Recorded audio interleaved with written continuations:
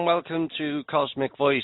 To the regular listeners, hi, and to those who'll be listening to this particular show for the first time, welcome one and all.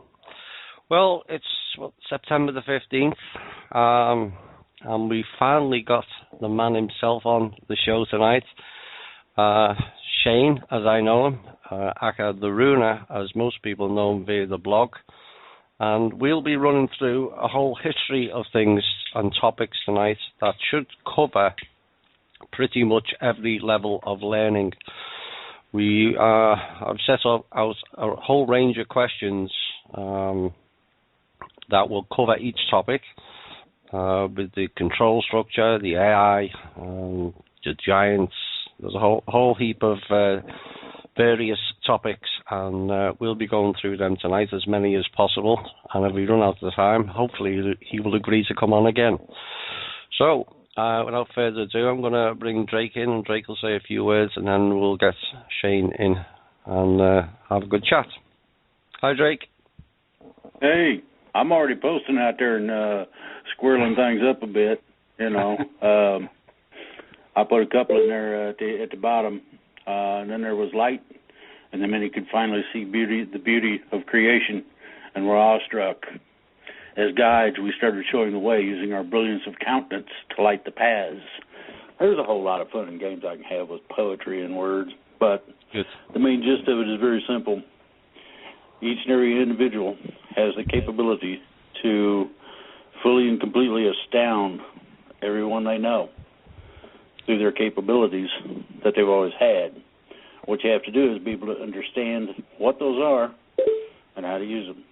And that's the reason I wrote the books I did.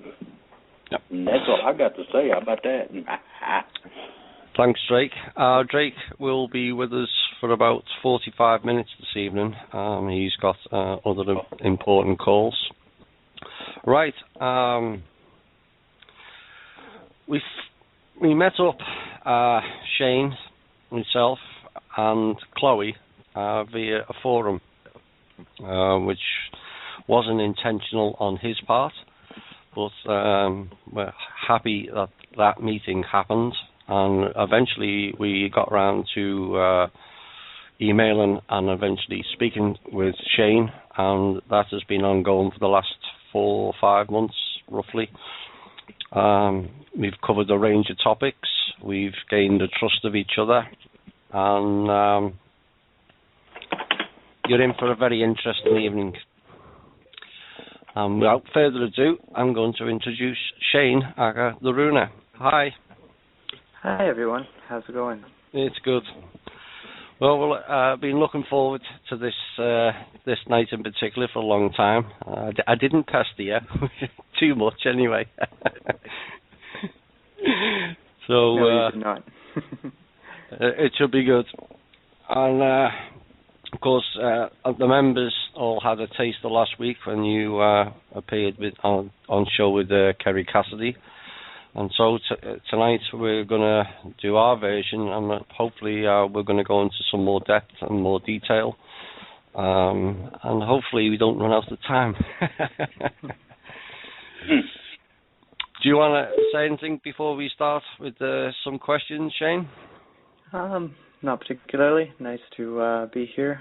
Thank you for inviting me, and sorry I didn't get to do it sooner. No, that's okay. I'll say we all the members have been pestering me, so it should be good. Right, let's get into some questions. The first part, we'd like to get people to have a better understanding of who and what you are. And the first question is, could you explain why the Illuminati nicknamed you the Keeper of Secrets as well as the Ruiner? Well, the Ruiner just kind of came along because of they had plans for me, and I kept ruining them, quite simply. I've explained how I bounced between different projects. It was more or less just trying to find one that I fit into, which none worked, and that's where the Ruiner came from, was ruining all of the attempts that they made. Keeper of Secrets came kind of after that because of none of that working. I kind of got an overview of things, and I was actually it's not so much keeping secrets from humanity as much as it was keeping secrets from people within various projects and stuff like that, because I'd have to interact with people in different programs and not tell them what was going on in other programs. So keeper of secrets meant that. Yes, and that's good for us. Right, so you eventually created a blog, and it wasn't particularly targeted towards the general public. Who was it targeted towards, and why? I had a bunch of people that I had been corresponding with for a long time. Emails, Skype chats, phone calls, stuff like that. Got to be a bit much as the number of people grew, and they kind of wanted a general puzzle put together for them, and I didn't know how to do that with addressing everyone individually. So it was actually a group of them who came up with the idea to write a blog, or write something like a blog where I could post and they could all read it at once, and it would kind of tell them the story of how it all fit together. So that's why I had done it. I had started writing a while before I ever posted, and just kind of when I felt like I had enough ready to go, I had posted so that I could focus on writing new ones. Right. Was it targeted towards the people in the programs and the projects? Yes, people within, like I say, cults, programs, and projects who had got out of what they were doing or been let go of what they were doing, because there's a lot of dissolvement going on within the Illuminati itself. So a lot of people are more or less become obsolete and not in it for that reason as well. But a lot of confusion, a lot of questions. It's all highly compartmentalized, so everyone gets a different version of the story, and when they got talking amongst themselves, they realized that they all had different points of view on pretty much every different topic. So I kind of understood why, and a lot of them knew that and had asked me to give them my version of how I saw it all fitting together. Cool. Right. You were born into the Illuminati family, but how young were you when you realized that you or things were different? Different than just general people? Yeah. Kindergarten. And I think the first time that I ever kind of gotten myself in trouble, and that kind of gave me a bit of a wake-up call, was about the third grade. Interestingly enough, someone had brought up the Loch Ness Monster, and I had kind of gone on a little bit of a rant about it, and I just remember my teacher looking at me, and the room was silent, and she walked out of the room, and I got in a lot of trouble. So I guess somewhere in that ballpark. Yeah, that sounds very similar to me, though. And the teacher said to me, God created us all, and I turned around at the age of 9, 10 and said, no, we were created by ETs. And there was a complete silence in the class. I ended up getting barred from that religious education studies, as I asked too many questions. Right. So what was your life like with your parents, and were you in what was called a military-style family background? No military at all. All very normal, actually. My parents are very normal people. House life was normal. That's why it was kind of, like I had said before, the dual life, I guess, where I would live a normal life, and then I would do all that other stuff. And there was no connection to military at all anywhere in my family, other than a great-grandfather who had been in World War II or something, not even anything significant. Right, okay. So what was your school life like, and did you fit in as such? Not so much. A lot of being made fun of for being, strange. Got called gay a lot. That was weird. A lot of other, just didn't really fit in too well. It was kind of strange, though, because I could get along with at least one person in every different clique or group. Just couldn't fit in with any of the cliques or groups, so to speak. Is that because your thinking was different to most, if not all? Oh, most likely, yeah. I think that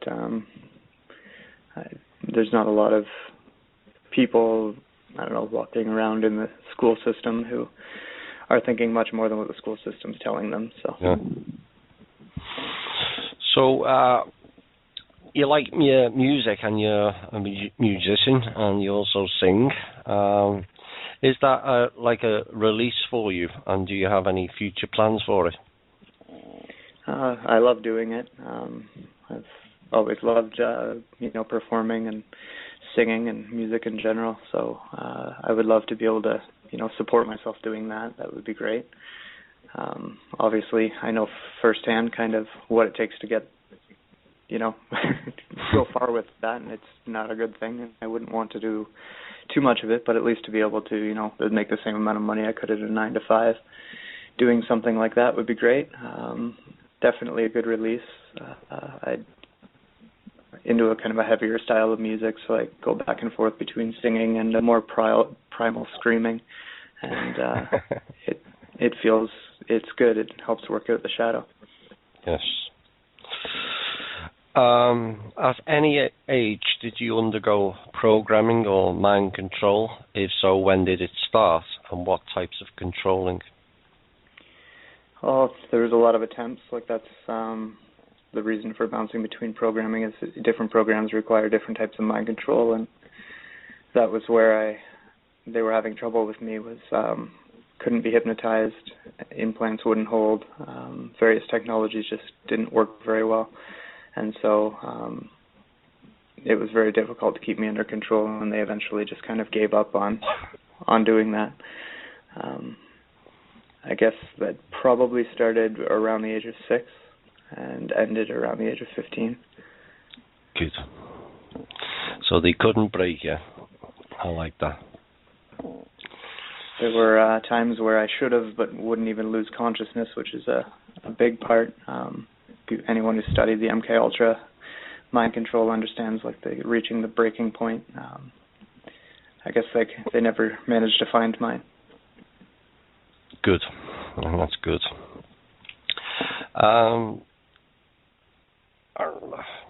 At what age did you start having to attend rituals, or did you have to attend rituals or other ceremonies? I would be there kind of as an observer, not as someone who was participating in any form. Kind of like I was the camera in the Eyes Wide Shut movie. But various different types of, like I had said, it was kind of a requirement that I saw as many as possible. I can't for sure say that I saw all of them, but I definitely saw many. Very young as well. I think I was about 8, 9 years old the first time I remember being at one. That's outrageous. I think that also continued beyond the age of 15, though. They start them young. I guess I got lucky. I was never generally someone in my position probably would have been in there from the age of 4 when I was first brought into everything. So I guess I got a little bit lucky off the top, but not much. No. I know you don't like speaking about them, as it's you can hear it in your voice. It's quite traumatic. But are we basically talking along the lines of what Donald Marshall has stated? Donald Marshall goes a lot deeper into things, but definitely there's parallels. A great deal of truth in what he's saying. As an aside, I think a lot more people should pay attention to what he's saying. He's got a lot more truth than most people give him credit for. So good. Right. But there's, it's happening all over the world, and it's not nice. The reason why I choose not to talk about it isn't necessarily because it's too upsetting for me. It's just that it's already been explained. Yeah. I've recently discovered Savali and her disclosure, and she did a really good job of explaining all of this. There's been many others.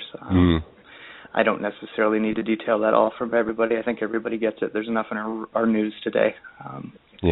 That's why I'm avoiding the topic. What sorts of abilities did you have that interested them, or is it just a case of being placed in the wrong family, do you think? No, it was definitely just something that they recognized that was different about me. Like my ability to put pieces together, both in like puzzle format and the way that they were feeding information when you go through your earlier education with them. I was picking it up really quickly and asking questions beyond what they were teaching me, which they weren't used to apparently.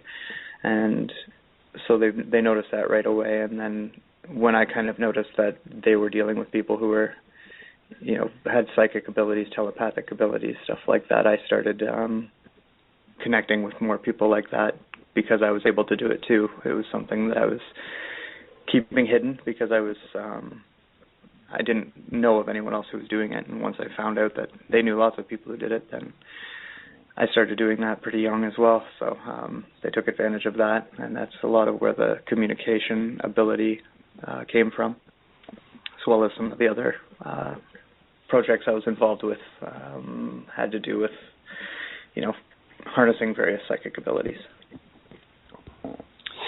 It must have been awfully difficult playing two roles, the normal child in inverted commas and then this hidden realm.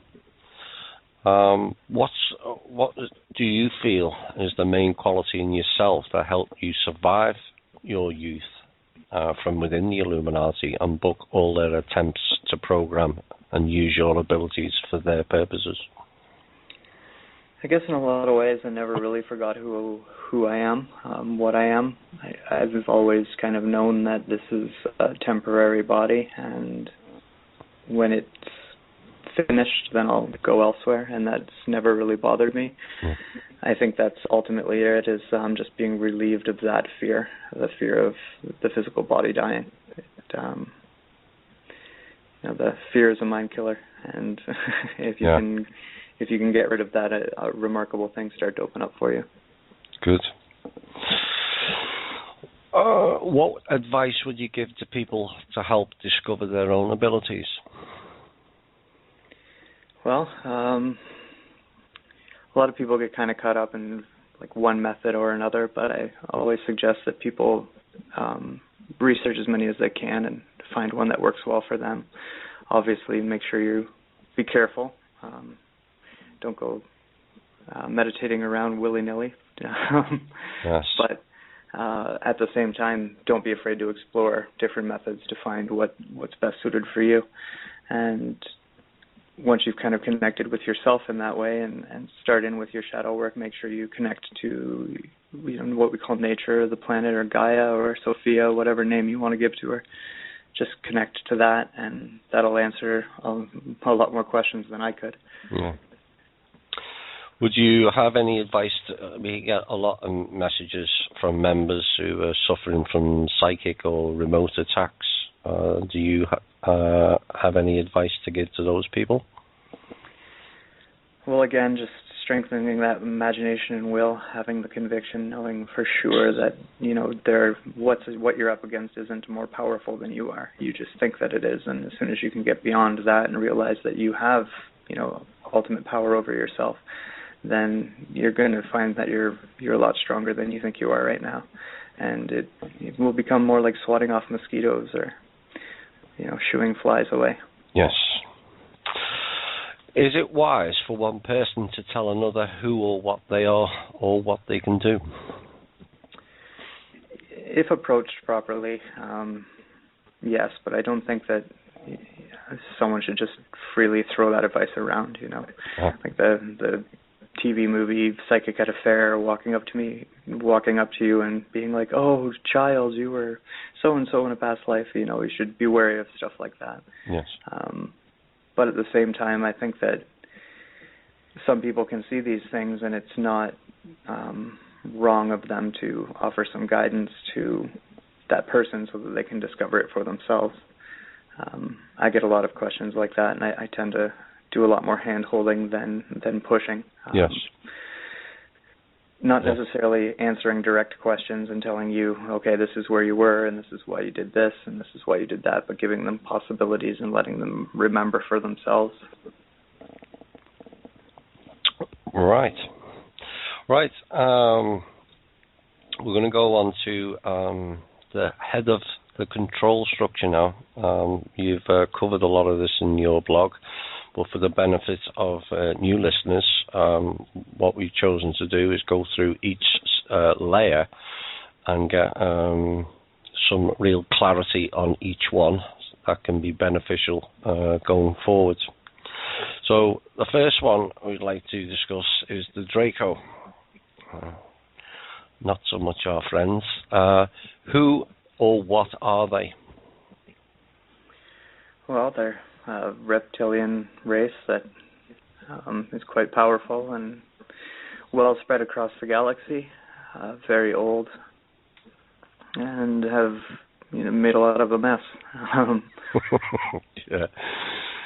What do they look like?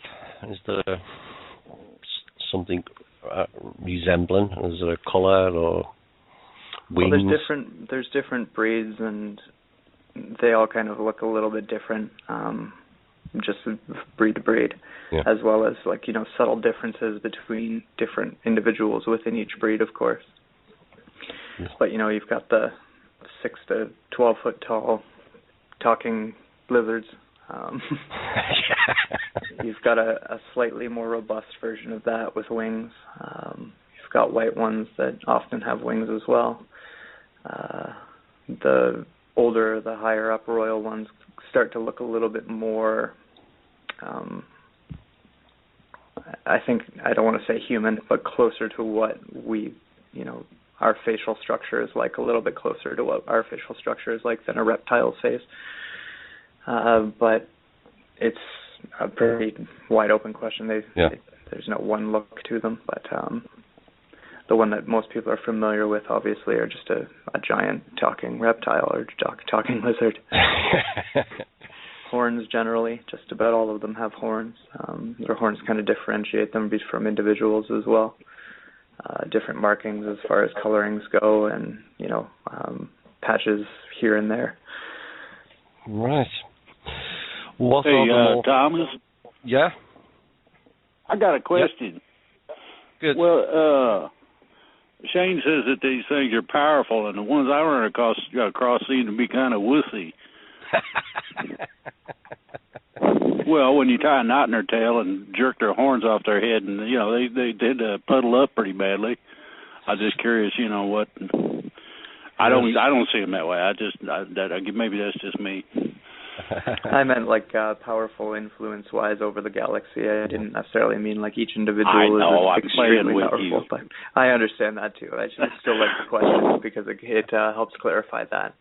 I don't single one out, and it's not the most dangerous thing in the world. Cool. I got another question too. Maybe somebody can answer this. Can you surf the wave, and if so, what kind of board do you got to have? I'm not sure. Ask Thomas. I like to interject humor into things, in case you didn't notice that. Yes. I appreciate that. What are the more familiar or alternate names of the Draco? Anunnaki. I don't really know. Maybe if I tie the next question in, then it might help with this one. Are they anything to do with Anunnaki as such? Our most recent translation of things comes from them. They did a very good job of blending themselves into an older story, and that's what they do. That's what they've done all along. They're not all that creative on their own, but they do a good job of piggybacking on other people's creations. All right. Who or what is the hierarchy of this group? Well, there's their king, and from there he's got his children, I guess, 2 sons and 3 daughters that are written about, and then I'm sure I'll lose count of how many others there are. So we're talking about Anu and Enki and yes. Yes. Anu and his children obviously are a kind of a step above other things, and then he has a kind of structure of queens who run everything else below that, and it kind of trickles down into its own pyramid from there. I don't really know how to outline everything because it gets very militaristic, and I understand. It confuses me. So the term Siaka, would that describe this group? One of their names, yeah. Yeah. Right. Do you know where their home base is? Or do they have one? So the planet that they kind of call home is obviously, in that constellation that's named after them. Yes. But they kind of have home bases, so to speak, set up all over the place. Mm. Far too many, I might add. Yes. Are they part of any galactic council, federation, or confederation? If so, which? They are. I don't like to get into the names of these things, because people get kind of upset. There's a lot of different points of view with the names of these different, federations, councils. I call it a council, and they are a member of it. They're not a very well-liked member, but they're a respected member. They do play sort of within a rule structure that they bend and break where they can, but they are, yes. So how are they allowed to do what they do, given the free will issue? Well, this is never a very popular thing to say, but it seems that the universe as a whole seems to view the buyer and seller of lies as equals. So a certain amount of deception seems to be tolerated by the universe as a whole. I think that is a test of free will, but this is getting into philosophy and just opinion. I don't know for sure. Is it a case where they kind of push the rules right to the boundaries, where it's not necessarily transgressing, it's just on the edge, it's frowned upon, but not exactly for the most part. For the most part, yes. But they do, there's no denying that they do step over that line on occasion and get away with it as well. Mm. So, what is their history of being here, and is it correct they were here before 13,000 years at a previous time? Yeah, there's a process for different races where they can be moved from one planet to another for what is called their upbringing, and they had their upbringing here. So that was a very long time ago, and a lot happened, and they came back. Couple different versions of when, but a couple 100,000 years ago they came back very briefly, and then this time around they showed up about 26,000 years ago. Personally, I believe that that's a little bit too opportunistic, and they must have been either close by or here previous to that. But that's the story anyways, is that the most recent time was 26,000 years ago. Is part of the Bible their story, not ours? Yes, or at least their story written into that story. Right, okay. Do they have a soul status or a conscience? Different members do. I wouldn't say as a whole that their leadership does, but at least it wouldn't appear that way based on their actions. No. But yeah, I think that they do have what we would consider to be a conscience. It's just not a very strong one yet. All right, okay. Is as a side question, is that because of the life longevity? The developing of consciousness, you mean? Yeah. Or the conscience, sorry. Or does it sort of erode if you're continuing to use the technology of life longevity that some of them do? I would imagine that has a great influence on them. Obviously, looking at something that's happened over a very long period of time. But I'd imagine that definitely had an influence. I believe that the different races that they've attempted to control, because they've used Lelouch energy, they've had to feel those emotions, and therefore I believe that had an effect on them as well. Yeah. Right. we're going back 13,000 years now. What is the story of what happened to cause them to be here from 13,000 years ago?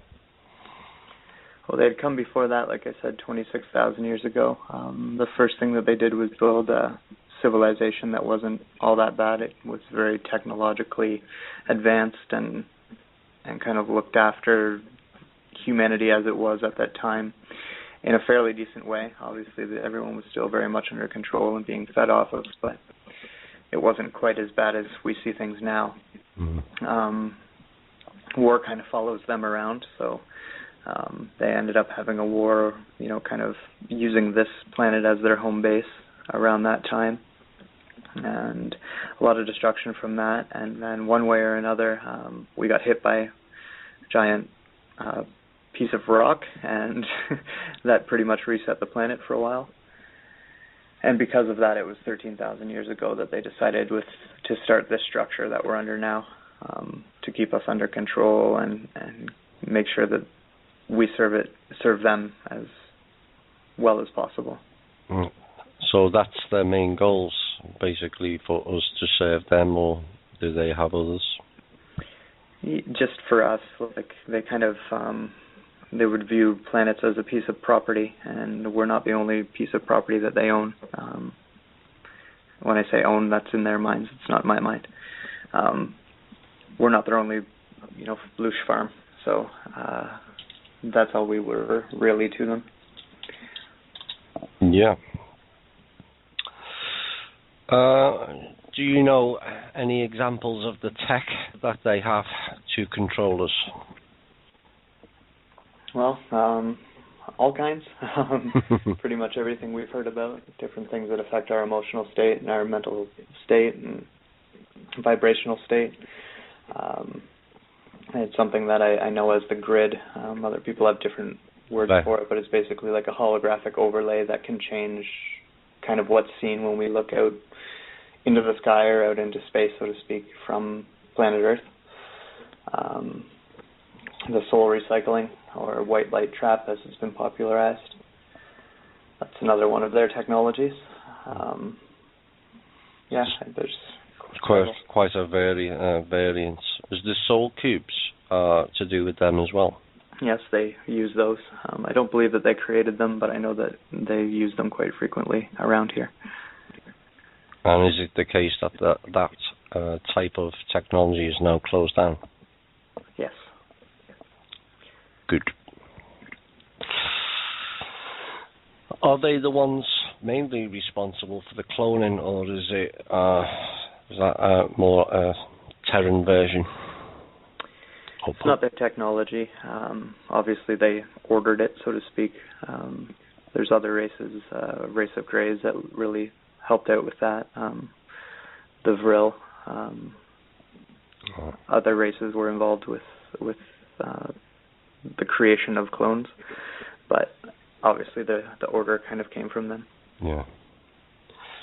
So was it the Draco, if I'm right in understanding, that created the parents? Yes. And what was the purpose of creating the parents? Kind of a middleman, so that they didn't have to deal one-on-one with any humans. It was to create powerful beings that would stay put on the planet and look after the structure and be kind of a hidden capstone to the pyramid, so to speak. Well, from your understanding, I know other researchers have said ETs doesn't like the human version too much because we kind of smell different. Is that part of the reason for setting up the parents, do you think? Probably one of the trivial reasons, yes. That is, it's. I always laugh whenever anyone says that because it's very true. It's almost every race will say it, that we smell either bad or smell strange. Right, okay. But they look funny. It's true. Some of them smell pretty funny too. Yeah. Was it the Draco who created us or had a role in it, or is it just a case of genetic modifying? our version of humanity is not a full creation, it's more of a manipulation. So it's taking beings that we commonly know as Lemurians and splicing that. I should back up there. Some changes happened during the time of Atlantis, but pretty much from the time the Draco arrived, the version of humans that were there, they manipulated into what we are. Very much like the Anunnaki story, but instead of manipulating a race of hominids, they manipulated a race of currently existing humans. Right. Not Neanderthal? No. No. Cool. Right. What is their current status of the Draco and their plans going forward? Well, they've always got lots of different things going on. The main focus is on a bit of a war that's going on between them and another race, which thankfully isn't anywhere near here. And then they've got a bunch of other things going on as well, but nothing too important to us. Are they leaving? Yes. We'll always have some here. It's not like the planet will be completely devoid of reptilian aliens. But the focus in terms of using us as a loosh farm is what is leaving. And their tech? Yep, the grid is going with them. That soul recycling has already been shut off, so nobody likes hearing me say that, but you'll see when you get there. Let's put it that way. Yes, I'm of the understanding that's ended as well. Right. Are they responsible for the AI or the black goo? And will that leave with the Draco also? They're not responsible for it. It's separate from them other than they've worked with it. They have their own AI, and their AI connected with this Earth-based AI, obviously. That's what AI does. And they've worked together because their goals are very similar up until this point where they don't need to anymore and are kind of gone their separate ways. The parents are now working very closely with AI. Right. And that brings us to the parents. Right. For the benefit of the people listening for the first time, how many parents were there originally? 21. Right. And who or what are the parents? Who created them? What did they look like? Well, they're the secret that I got that nickname for keeping. They're that one-on-one link between the reptilians and the rest of the structure. They are a human variant, not unlike us, but not the same as us. Another one of the manipulations the Draco played with when they were doing that 13,000 years ago. They happen to be a lot more reptilian in their kind of disposition or their attitudes or their behaviors, but they look like we do. Some of them are deformed because of the life-prolonging technology or methods that they've used, but for the most part, they look like humans. Right. Are they similar size to us, or they taller or shorter, stockier? Similar size to us. Other than the ones that have a bit of a deformity, you'd have to get pretty close to notice that they were at all different from any other human walking down the street. Right. Can you tell us a little bit more about the parents from your own first-hand experiences of them? How did you first meet them? What genetics were involved in creating them? The genetics part I kind of explained just a little bit more, Draco, than we are. Nice. My own involvement with them came from the mentorship when I was 15. I was more or less given to one of them. The meaning was to get me to join one of their covens and become a coven member, but it didn't work out that way. And she kind of got very tired of me and passed me on to one of the older ones that I called the elders in the blog. Mm-hmm. It didn't last very long. It was only about a year, maybe two, that I was with them. That's how I came to know them, and interacted with a few of them more than others, but have met all but one of them who's been, let's say, asleep my whole life. Right, okay. So I guess I got to know them a little bit directly in that sense. Sat in on some meetings when I was much younger, and yeah, that's that. Without going into names, are these hidden altogether, or are these members of the general public, so to speak, that are just playing different roles? Their names aren't known, their faces aren't known, their actions aren't known, other than occasionally in fiction. Right. They've made their way into some legends, they've made their way into some myths, they've made their way into some fiction, but they've never shown up in the history books, so to speak. Right, okay. What are the approximate ages of these parents? Oldest is 13,000, and the youngest would be 7,000 approximately. Those are, there's change in there, but yeah, just the general. Wow.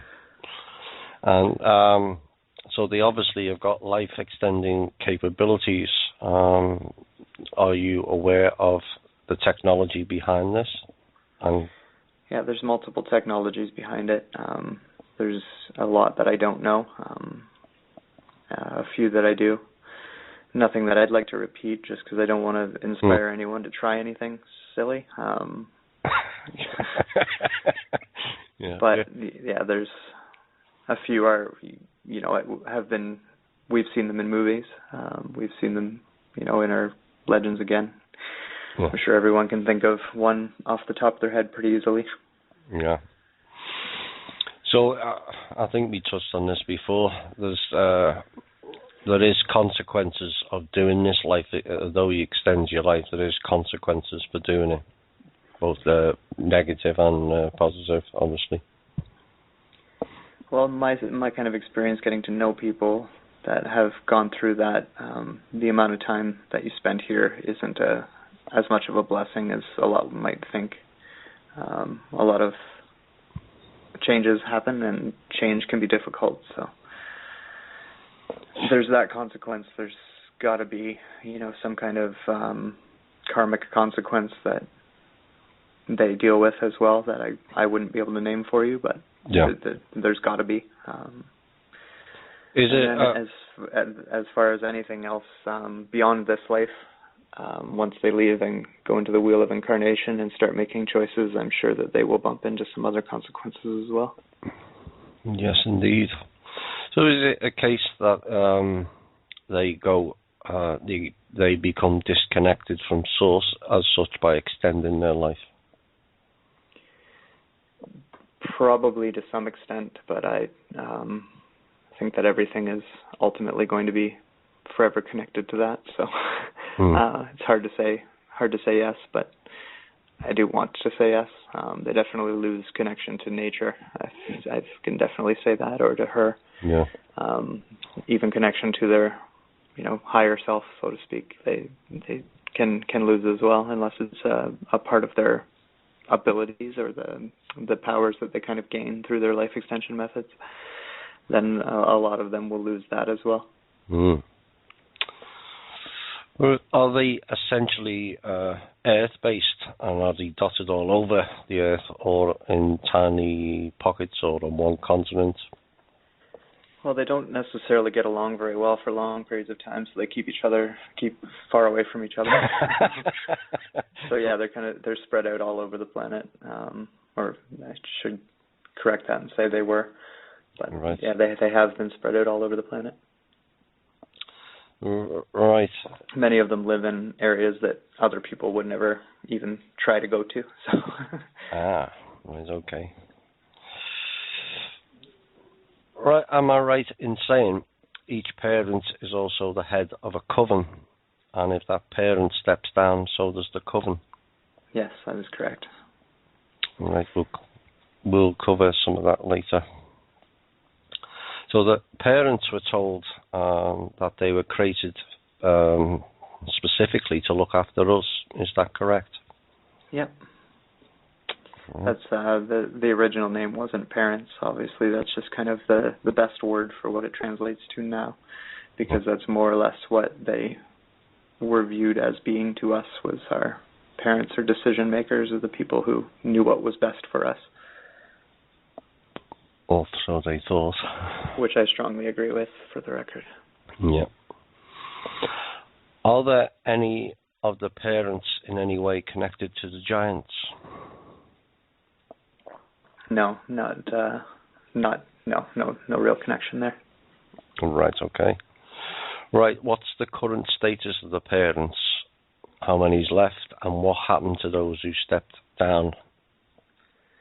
We're now down to 3. In order for them to step down, they had to actually end their physical life, so kill their own body and move on. Wow. So does that involve the covens as well? Within, yes. So basically, if a parent steps down, you lose one of the covens and the occupants. Is that correct? Yes, everyone except for the family master, which is like the one member who would look at, be a lot of people call that position Pindar within the Illuminati, spokesperson for each bloodline. So there's more than one Pindar then? I have a hard time with the whole Pindar thing personally. I see things as working differently. Yeah. But I was just using that as an example. People would say that's the spokesperson for the Illuminati, right, or the top of the pyramid. So each bloodline would have their own spokesperson for their bloodline, and so that person would be the family master. A lot of these. Haven't spoken to you. A lot of these names that we have for many of this stuff and the ETs are all very convoluted. Is that correct? Yes, very much so. It's not necessarily that they're all wrong. It's just that there's so much more to it than that. A lot of the information that kind of comes out about the Illuminati, it's like you're hearing about a different compartment within each cult or program, right? You're not hearing about the whole, and it's built that way in order to be confusing, so that even the members, like the audience of the blog when I started it, are confused and don't know how to make sense of it and fight amongst themselves as they start talking, or just look at each other as crazy, right? The parents, did they get on with the Draco? Did they like them? I probably shouldn't speak for them. I don't think so. A lot of them were very quick to step down. So nice. I would say it was probably a case where at first they felt a strong attraction to it all, and then over time realized that they were duped, so to speak. Right, okay. Right, we, it must be 3 months ago now, we read out quite a shocking letter from Miss Cassandra, she of the greedy little piglets fame. She described us. She sent you a letter. She did. It was. It's not necessarily about the writing of the blog or anything, or even the fact that you guys read it online. It was just what she had sent to me. Yeah.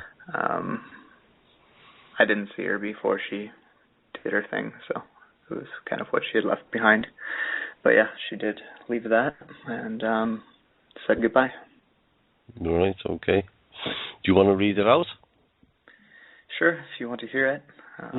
Yeah, this will be interesting. It might not be. I mean, it's directed at me, so. Dear Mr. Green, I'll come back to explaining that name. As you've told me, I don't have a heart many times. You will understand I could not face you. Didn't have the heart, ha. It appears you were right, but I had already resolved to end this life before your dramatic display. You never changed, still that 15-year-old boy they gave me, just as green as you ever were. I thought by now we would have found a way to break you. Alas, you thrived, no matter what you say. You are not an indication of what they can do. They will break your bleeding heart. Watch my words come true. But you have your chance. Your father left. Your old friend is impotent, and you are all fired up. All of my best wishes, because my wishes are not equal to my belief. A belief I will not repeat now. I am trying to compose a pleasant goodbye to a beautiful man I love, even if he could never love me. I do have a heart.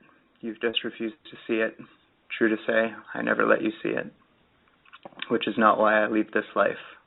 It is not an act of love or compassion or understanding. It is a desperate and selfish, and everything else you would expect from a symbol of worship and fear.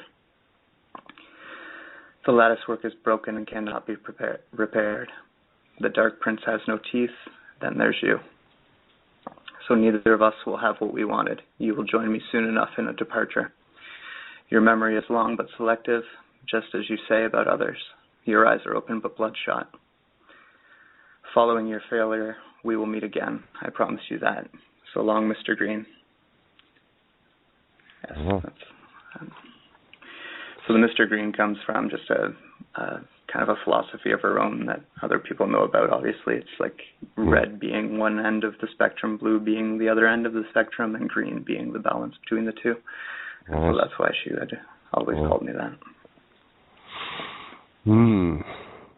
Interesting. Well, She's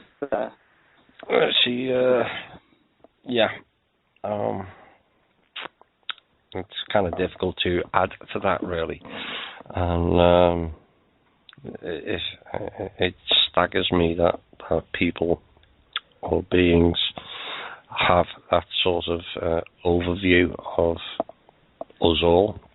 Yes, there's some bad humans, but there's some bad ETs.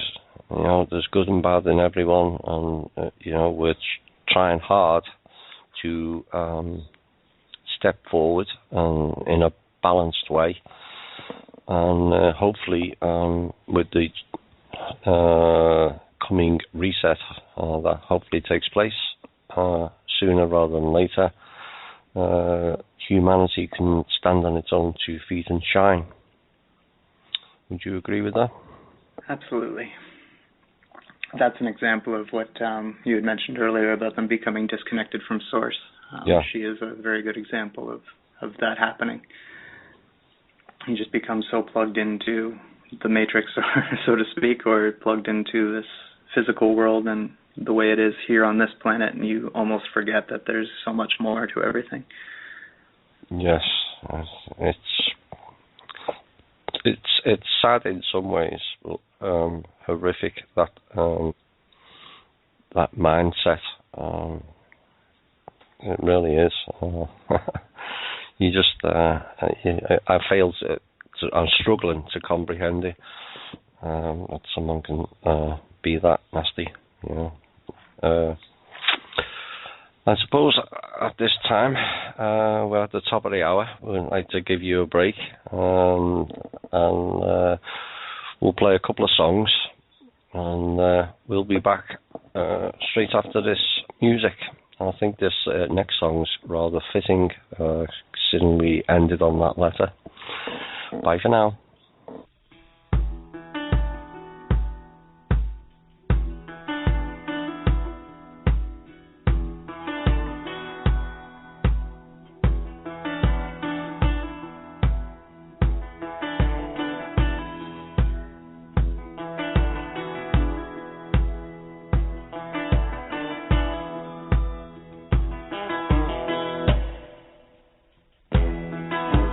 Listen to the wind blow.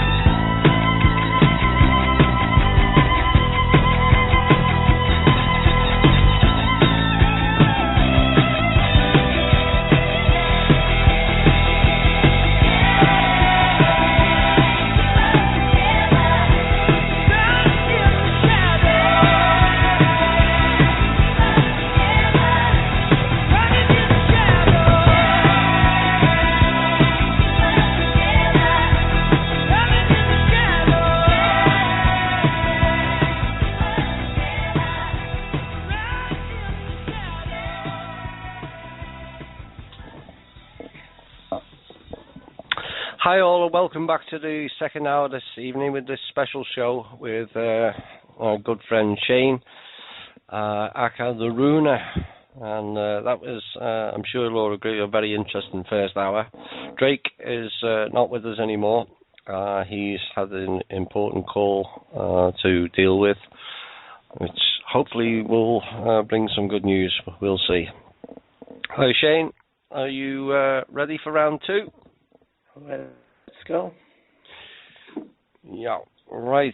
So we covered the parents' letter, and where are we now?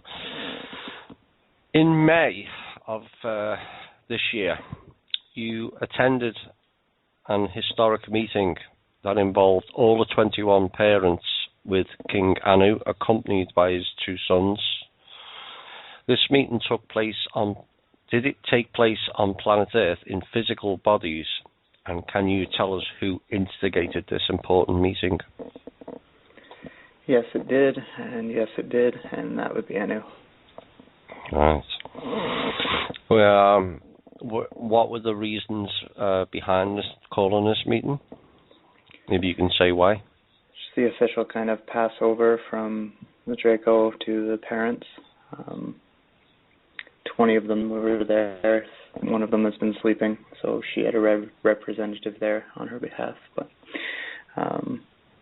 more or less, it was supposed to be kind of a ceremony where Anu passed the torch to one of the sons, and it didn't work out that way for him, as I said in the blog. Yeah. Just to answer a question that I did see on the question sheet there, or people are posting on the wall, sorry. I'm not a member of the Illuminati. I was there as a guest, not as being working. Yeah. I was invited to be there as a guest. A viewer. Right. Can you paint the scene from your own first-hand experience of being at this meeting? There's a underground establishment that we had met at, and the room we were in is more or less looks like a giant dining room or boardroom or something like that. But I'm not very good at describing these things, but very large room, very large table, throne type, extra large chair at one end, and then everyone kind of sits around it. What was your thought process during this? It's a situation I've kind of been in similar before. It was a little bit different because of the head of the ceremony. Obviously, that's not your average being. So it was different, very different seeing all of this happen all in one room, I suppose. Seeing all of those different. There was elders there as well, and obviously the parents, a few coven members, a few reptilians, I suppose, or Draco. So was this the first time you'd encountered them all in the same room together as such? Oh, for sure. Definitely. So it was... one of the sons, it was the first time I'd ever seen him face to face, I guess. Wow. Oh. Right, I won't go in too deep into that. But how did you feel with all that powerful energy presence in the room? Well, that's a little overwhelming, I suppose, for a little while, and then you'd have to get used to it in a hurry, or else you would get up and leave. I don't know. It's not something that's unfamiliar to me myself. So I'm not really sure how to describe it for anyone else. Yeah. So was it all very formal, like you would expect in like a normal corporate board meeting, apart from the fact that they were very different beings there? Yes, it was kind of everything went around in a circle. Everyone kind of said their piece. Different circles, obviously, but very formal. Yes. And at the end of this meeting, over half of the parents of the 21 parents decided to leave. Were you surprised by this immediate decision? No, I think a lot of them would have left sooner if they felt that they could. I don't agree that they couldn't, but they believed that they couldn't. So no, I wasn't surprised at all. I was actually surprised that there wasn't more. You were just hoping they all left. I think a few of them were still a little bit unsure that they would get away with it if they tried to. I think they thought it was a trick. So I think they kind of waited to see others jump first, so to speak. So it's a bit like your picture with the bird in the cage. The cage was open, but they were looking the wrong way. Exactly. That's the way it is, all straight across the board. Cage is open, we're just looking the wrong way. Yeah, that applies to us also, does it not? Yes, definitely. Right, that's. I hope that answered everyone's questions on the parents, and we'll go on to the covens now. How many covens were there originally? One per parent. Coven sizes fluctuate. Some of them have one or two members. Some of them have, a dozen or more. But yeah, all of them had a coven. Are there any left? Just the three, which are very not very big covens and not very involved, I suppose. A lot of them are kind of have separated themselves from everything that's going on anyways, so it's more the parents themselves and their other partners that are the problem. Right, okay. Are they solely human? Coven members, they are human. Yeah, they are just like we are human, the same version of human as we are. Yeah. And then they are inducted into the coven and get to enjoy whatever life extension method their master does, their parent does. What is their purpose or role of the covens? Well, they were the ones who were kind of doing all the technical planning for all of the different programs and projects. If you envision everything as a giant system of gears, each coven was responsible for a different gear. And so each coven would have, artists, scientists, every different kind of education, so that they could maintain whatever programs and projects they were looking after, which was usually many at a time. Wow. So is it true that these covens have played roles in their lives, be it gods or pharaohs or kings, etc.? Some of them have, yes. They're a little bit more prone to showing up in history books, so to speak. Mm-hmm. I wouldn't really be able to detail any of that. I just know that it has happened. Every once in a while I see it.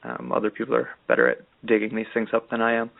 And I'll see it and I'll kind of laugh at it because I know who they're talking about. But yes. Yeah. Can you give some examples of the strategy, tactics, and hoodwink signs of the type of messages a channeler even, or contactee might receive, not realizing it's a coven member? I don't know that I would be able to point out anything in particular. The majority of channeling is kind of, it can be dangerous because a lot of other people are manipulating that. So if I had to just kind of throw out a couple of things, generally instilling in someone the belief that whatever it is they're channeling is the absolute truth, that other things are wrong. A lot of the time, if you start hearing your channel telling you that other specific pieces of work or other specific philosophies are incorrect, that's usually a sign that it's being manipulated by, say, a coven member or someone involved in some kind of black magic tree. Right.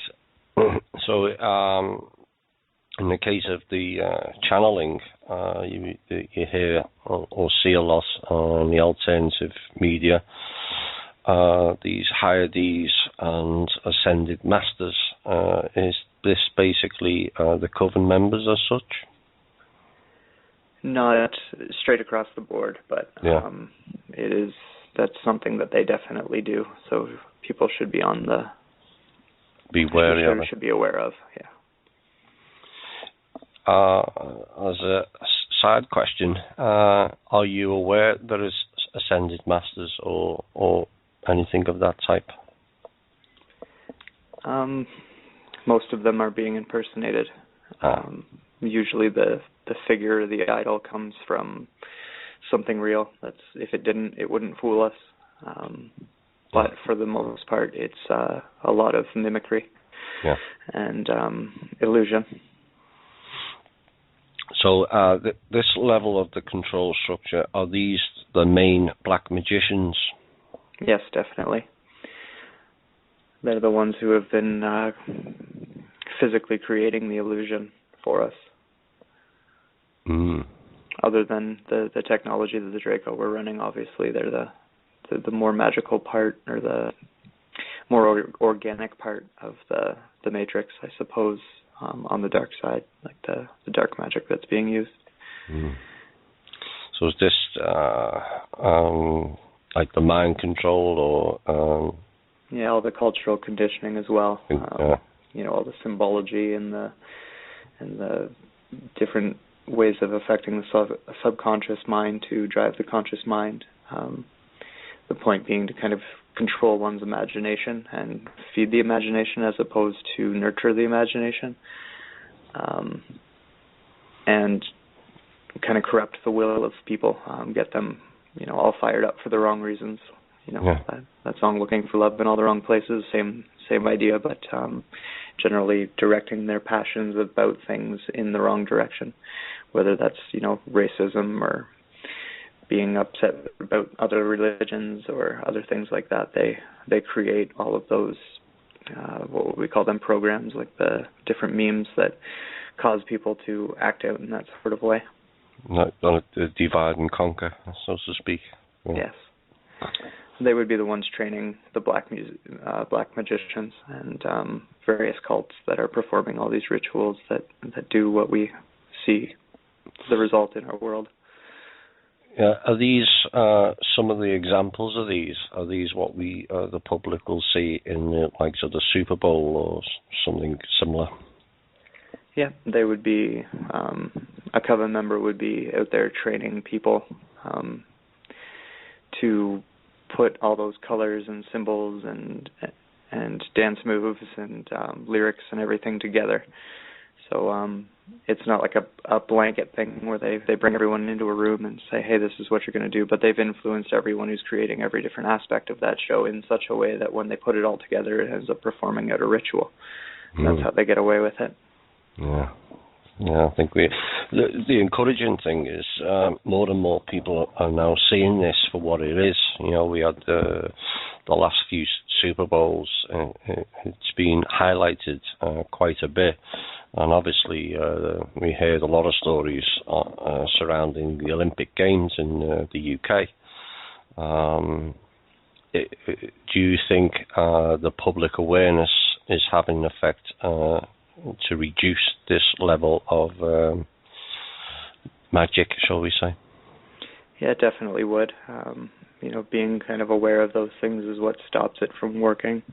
There's more to it, obviously, than that, but that's the place to start. So the more people who are aware of it, the less people it's working on, therefore the less that's being created into our world. The same goes with movies or rituals as well. Video games is a big one that a lot of the alternative media isn't looking enough at. Very like advertisement, obviously, music, all of our entertainment, so to speak, at the most professional level tends to be kind of directed in that kind of way. Not everyone, and not everyone who's creating these things is even fully aware that they're doing it for those reasons.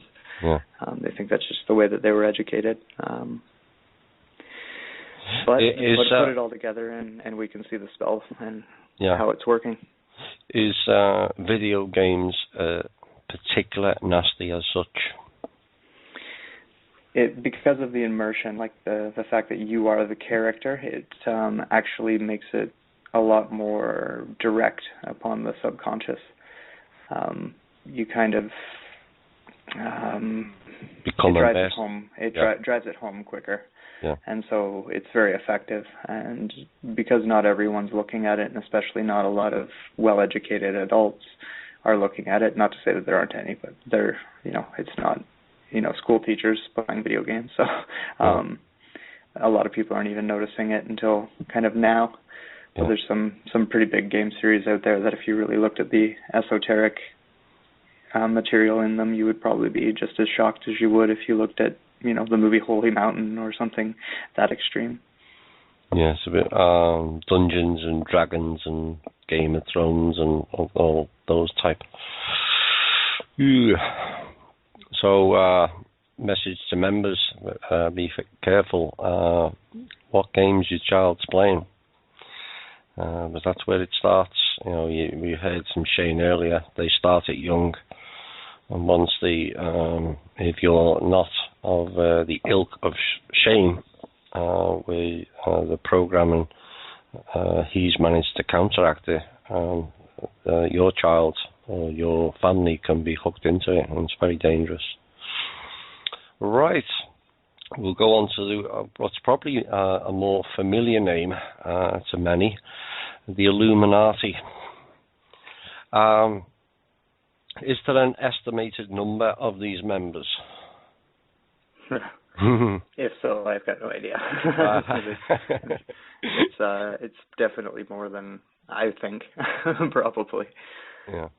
This is actually when it gets below kind of the Coven's involvement. That's where I kind of my focus on it all kind of starts to dwindle. Personally, a lot of that information is available to the public, and they can figure a lot of that level of things out.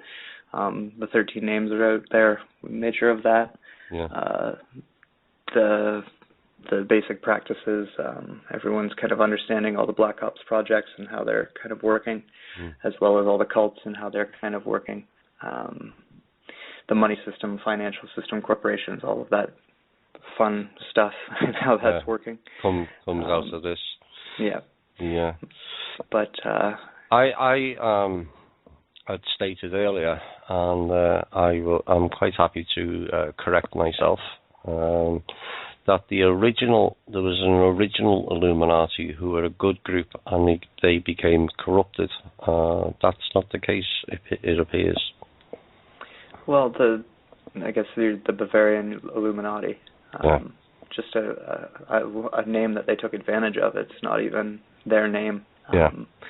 That's one thing that I'm kind of hoping people are coming to reading my blog, is that what we're calling the Illuminati, it's a few thousand different compartments altogether. It's not just the cults, and it's not just the Black Ops programs, and it's not the military is not separate from it, and it does follow all under one massive pyramid that I call the Illuminati because it's the best word that we have available to us for it. That's not what they call themselves. It's not even necessarily how they view themselves. They understand it as a structure, and as a lot of people just call it a program or a what's the other word for it? Besides Matrix, they like that word for it as well. All right. Infection. Have you heard people call it an infection? And I mean, like, people involved in it call it an infection. Yeah. So yeah, it's just a word. That original word came from a group that was not looking to harm humanity. They were looking to put together a group of minds who may be able to better humanity. And as happens, it became it's hard to even say that it became corrupt as much as it kind of had its legs cut off from underneath it, and then the name was repurposed. Yeah. So was that the previous group? Was that the Gnostics? Or Sorry, what's known as the Gnostics? I believe there was a group called the Gnostic Illuminati as such. Whether that's another. That name has been. It actually goes back into Atlantis too. Yeah. It pops up every now and then. It's kind of funny. It's a meme. It's a meme in and of itself. It's more like a title than it is a name. Right, okay. Just been getting some news. Right, we'll go on to the next question.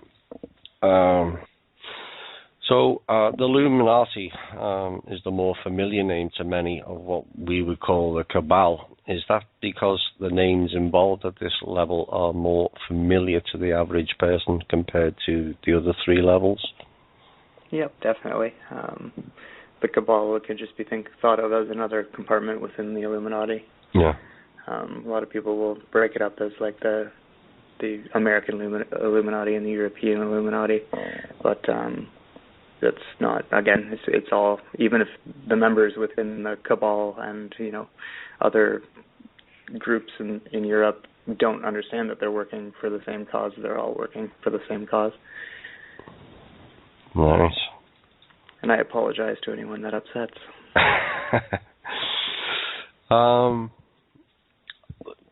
What are are you aware that there's factions within this group?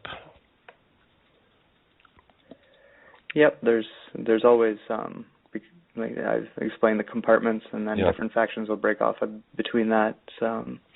No different than having an office job and forming little cliques, where you all go off and have drinks afterwards and slag your boss. That happens, and sometimes those little cliques become what you would consider a faction because they start becoming actionable or doing things to try and mess with whatever program or compartment they're involved in. Things such as white hat groups would fit under that type of description as well. Not all of them, but some of them.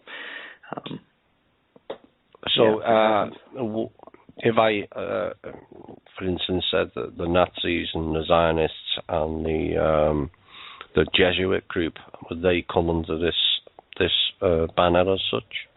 Yeah, it's all cogs in the machine. Each cog may think it's independent, but it's being churned and by another one, and it's turning another one while it's doing what it's doing. All right. Okay. From your perspective, with 18 of the parents and the covens gone, how will this change the power structure agenda here on Earth for humanity, and has it weakened the House of Cards in any way? Because of the covens and the parents that left, there's been a lot of dissolving of programs and cults and projects within the Illuminati. That in and of itself has caused a lot of kind of chaos within their ranks. a lot of information about them is pouring out into the public, and that's causing a lot of trouble for everybody.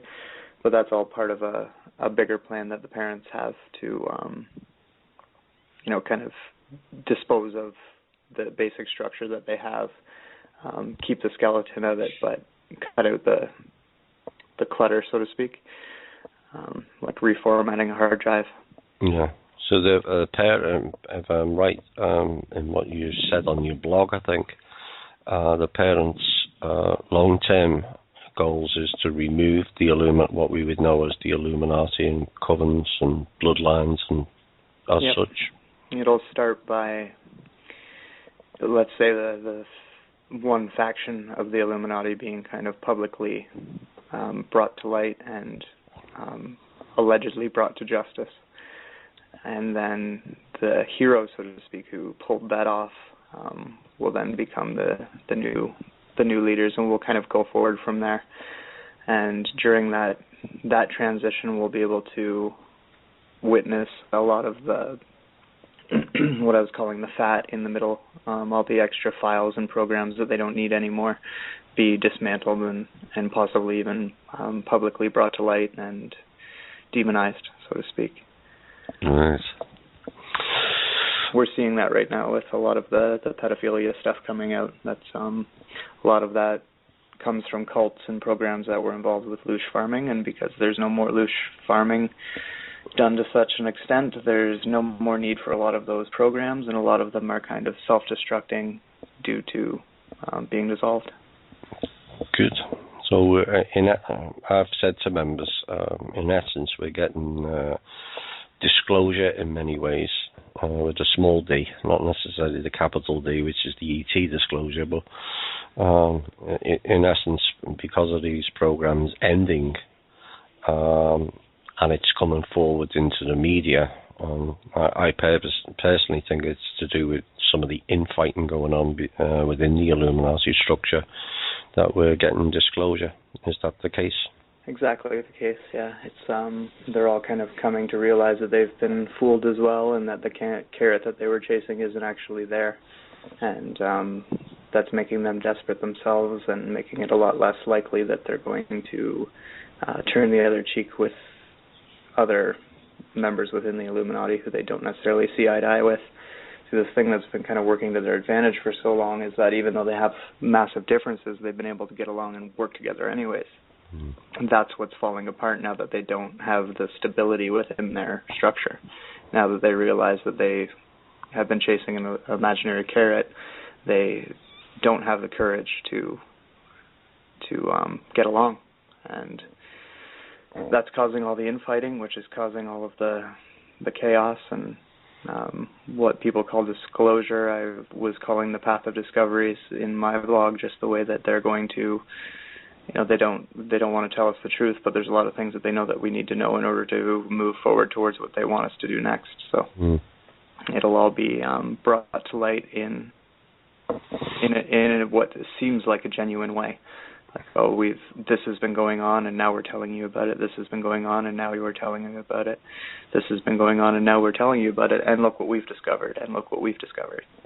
Until we're up to speed insofar as they want us to be. So right to the point where we're looking at the technology as the only way, instead of an accent or a support, we're looking at it as the be-all and end-all. That's once they have us to that point, then we'll be confronting to it. In trouble. Yes. I believe so. This runs quite nicely into the next question.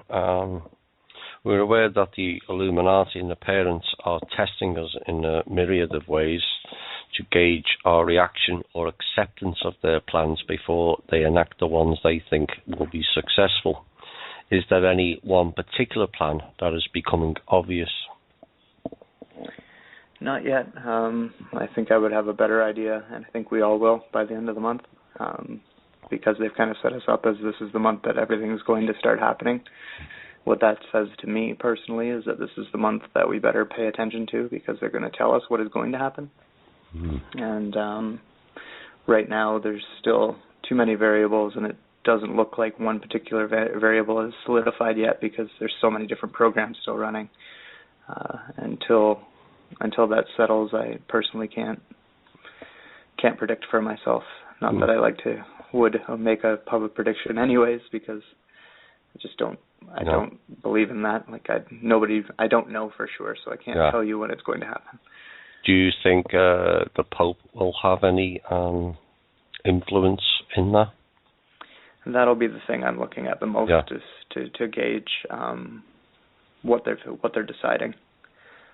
Yeah. Message to members: be careful what he says. Look behind the words. Would be my warning on that.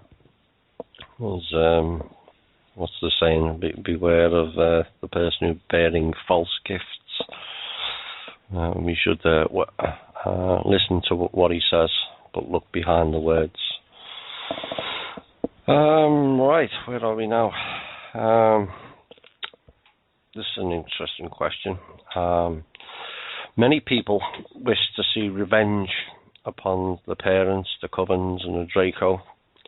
Can you say something about this in Need of Rustic in terms of a galactic, universe-wide view that most cannot grasp?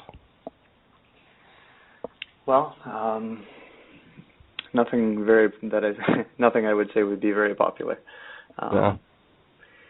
There is a point for darkness in the universe. If there wasn't, it wouldn't exist. And some races personify what we consider to be dark. And so some things are happening almost as if a way of driving the universe movement. This battle between good and evil, as we propose it, is such a catalyst for that movement.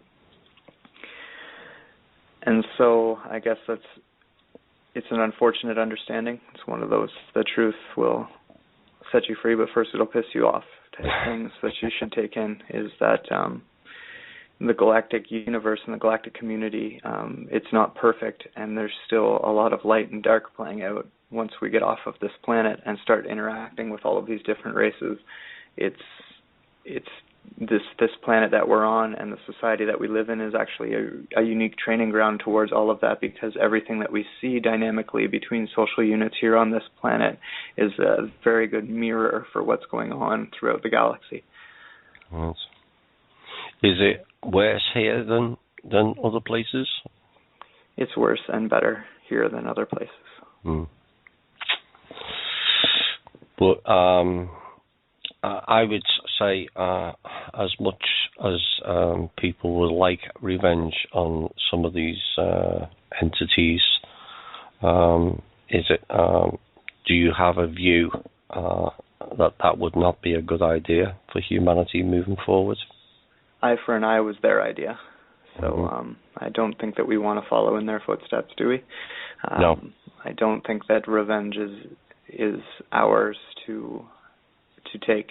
I don't think that revenge is a concept that is healthy to the harmony of the universe. Is there someone said this to me once? I'd like your view on it. Bloodshed on this planet in particular is not a good energy. No, it's heck, even in Minority Report, they say that murder or that type of violation is the worst thing that can happen. And I've heard some, not sure what to call them, some psychics say that they can actually see a kind of a fabric torn when that happens, like whenever a murder is committed. And that's why the energy in places like where we have massive battlefields like Gettysburg or somewhere like, that has had massive fighting, has such a strange energy and is so prone to portals, is because of the fact that it's actually tearing something within the fabric of the matrix itself, or the hologram itself. And that's not good for anybody. No. All right. Anu left one son behind. Why was he left behind, and were there any conditions set? The original plan was for him to become king of this planet, more or less, just to put it simply in the most basic terminology. He was not, I wouldn't say that was taken away from him, but he was expecting to have the full support of the Draco behind him when he took that role. And what his father did was tell him that he wouldn't have that support, and took all of that support away, and therefore left him with whatever was loyal to him on the planet, and nothing else can come or go. So he's kind of stuck. He's a little bit stuck, and he's got what he's asked for. He just didn't have it under the conditions he expected to have it, and now we'll see how he reacts. Yeah. Are you aware of that? He's observed the rules to date. He's tried a couple times to break the rules, but he's failed miserably. Let's just put it that way. Okay. Where are we?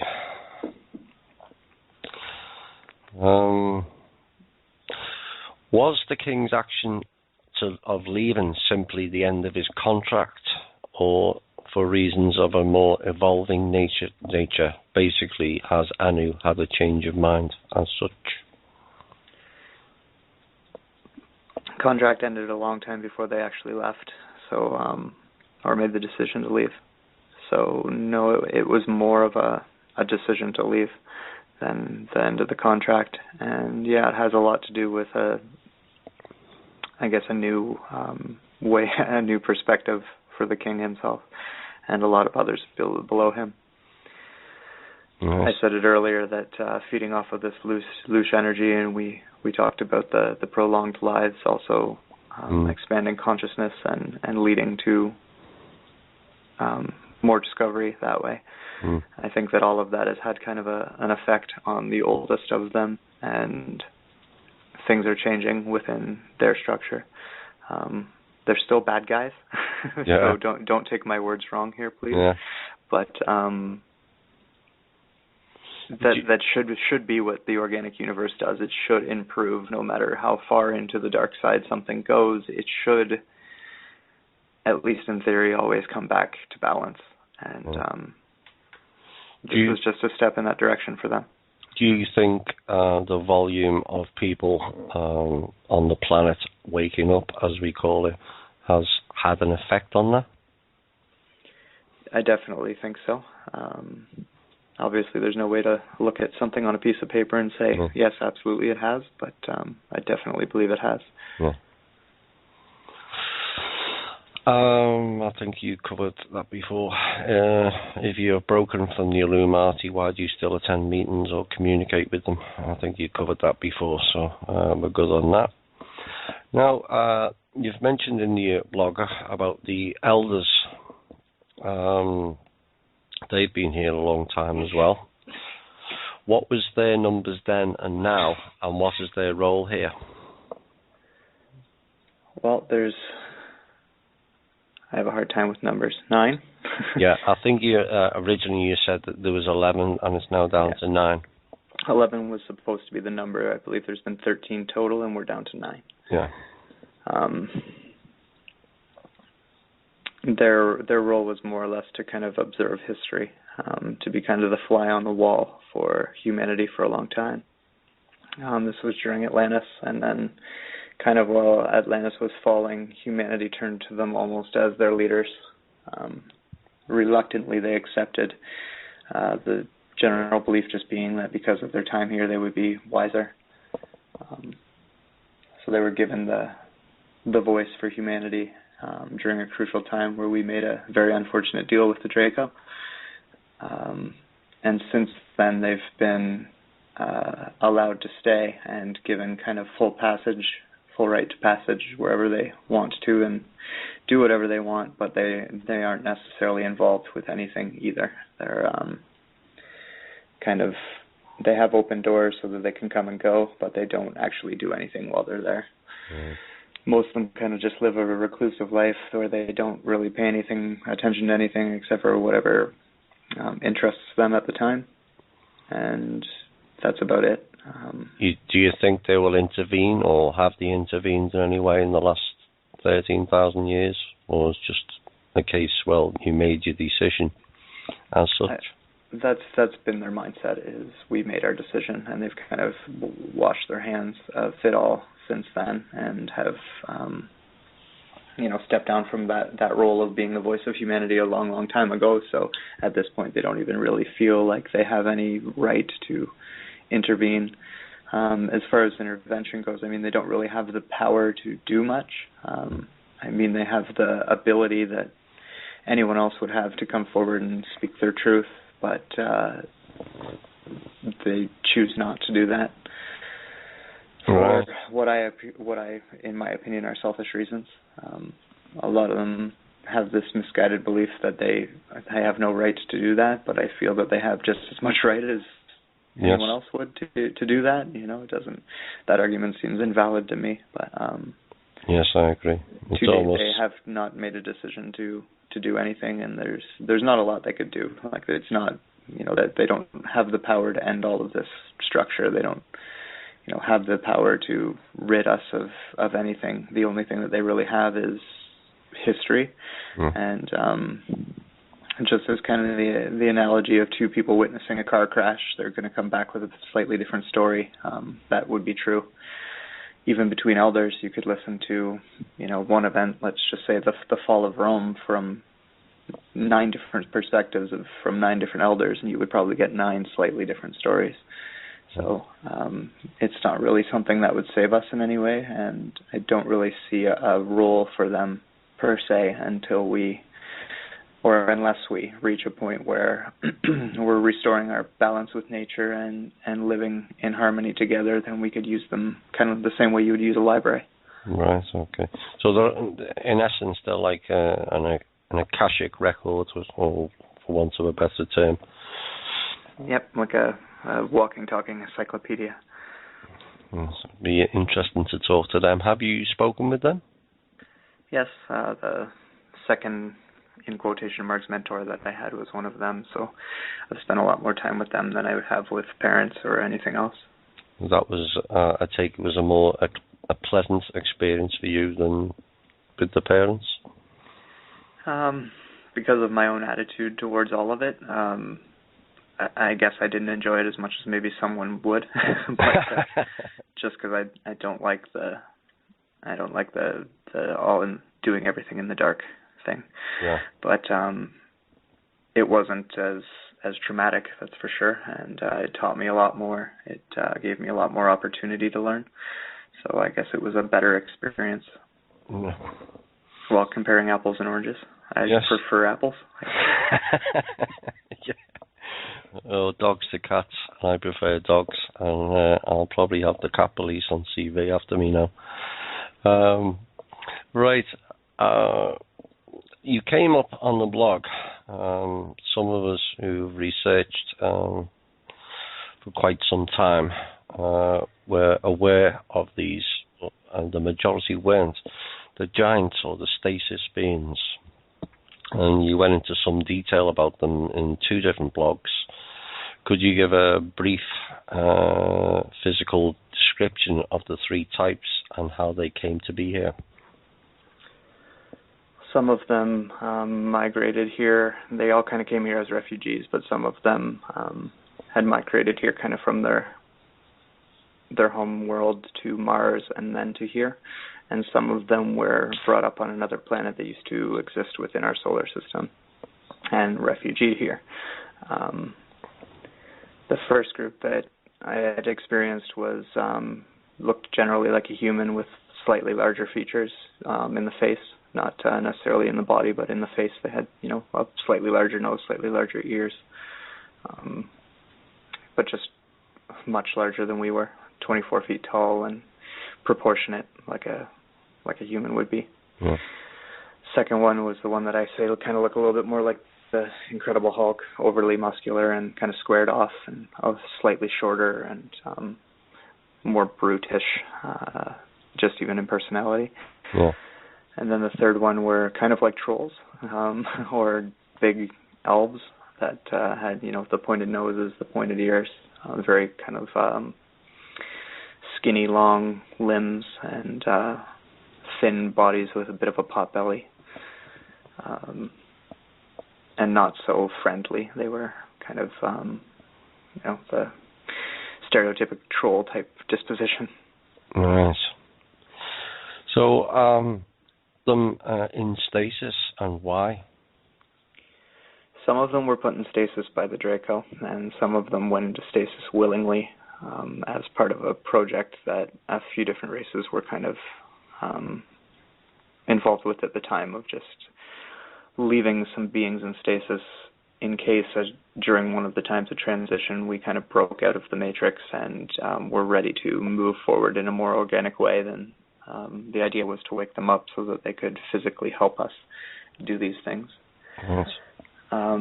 As well as kind of, much like the Elders, they're kind of walking encyclopedias as well, so they would have a lot of history-type information to give us. Is that history before they went to sleep or in stasis, or does that history energy retain even while they're asleep? Well, because of the way that their memory works, each individual's memory is also accessible by everyone else within their race, so kind of like the Akashic record. Oh. So as one is experiencing something, it's almost like it's being fed back to a server hard drive somewhere else and being stored, and anyone else can access it as well. So therefore, once they kind of came out of their stasis, whatever all the rest of them had experienced and taken in during that time they were in stasis would be available to them. Right. So, have any awoken, and what happened to those? Yeah, there was 3 different instances that I'm aware of where some had awoken. One, the first time, a larger group the second time, and then one the third time. But they were all taken off planet, delivered to another planet where that's a little bit more suitable for them. And then there's many more still in stasis. These ones waking up, it wasn't something that was meant to happen. The best story that I've kind of gathered back was that some Earth-based government program people were playing with a new type of energy weapon and had used it, and an unfortunate side effect was that it made the power for some of these pods to fail. Wow. Well, are there any current ones awake, to your knowledge? Not on the planet that I'm aware of. I'm sure that I know that they've got a few in captivity, so to speak, that are awake and, let's say, in chains. But I don't think that there's been... I don't know that there hasn't been, but as far as I know, there hasn't been any reoccurrences of what I had reported on or relayed back of those 3 instances. Have you had any meetings or been to visit any of these giants or such? No, not since the original, when they first awoken. Not since then, no. Kind of hoping that something comes through that is kind of planned, and I would, but I don't know for sure, and it's quite possible that it may not happen. So, right. Fair enough. It was said that I'll use the name, that's familiar, the Illuminati are trying to weaponize these giants. Will this be an issue for us? It definitely could be. They have a lot of technology that would make it pretty easy to weaponize these things, and they've been kind of worshipping some of them like gods in order to gain their allegiance, at least in some of their minds and some of the cults. So that is part of the plan, is to wake them up and use them as a weapon. A lot of the Illuminati, I guess, just believe that that's what they are, and that's not necessarily untrue, because the ones that the Draco put into stasis on purpose, imprisoned ones, are there for that reason, to be woken up, and even just an angry giant on the surface would do enough damage that it wouldn't really matter to the Draco whose allegiance the giant had at that point. Right. Are they able to differentiate between, for instance, the likes of us and the Cabal, where they would turn on the Cabal as such? I don't really know. I don't think so. Right, okay. Not the ones that would be able to be influenced to wake up and be weaponized. I believe that if they could be pushed in that direction, it would be kind of a just destroy whatever in their path type thing. Right, okay. How long have the ballpark have they been in stasis? Around the 13,000 year part. We've had other beings that would be considered giants on the planet since then, of course. There were a few that never got put into stasis that eventually got killed off or died. But 13,000 years ago was about right as they were building the structure. That ballpark, it didn't all happen within 1 year or anything, but during around that period. So were they cohabitating with humans, in inverted commas, 13,000 years ago, or was it were they on a separate island, like of Easter Island or such? Both. Some of them interacted, some of them lived off on their own. The third type tend to be loners, I guess. Kind of live in their own little tribes off in, the forested areas that humans didn't tend to go, stuff like that. Mountains. Yeah. So is Easter Island related, or like a copy of these giants? I don't know. I can tell you that that's probably the closest to what the first type looks like. Right.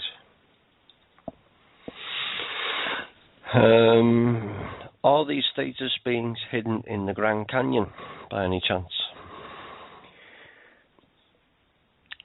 Yes. Right. Okay. There's a couple different sites in the Grand Canyon that they are aware of. So.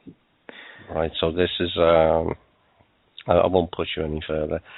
Well, the thing is, like a lot are marked. Like the Illuminati structure is aware of many, many different sites on the planet, all over the world, where these things are buried. So that's not.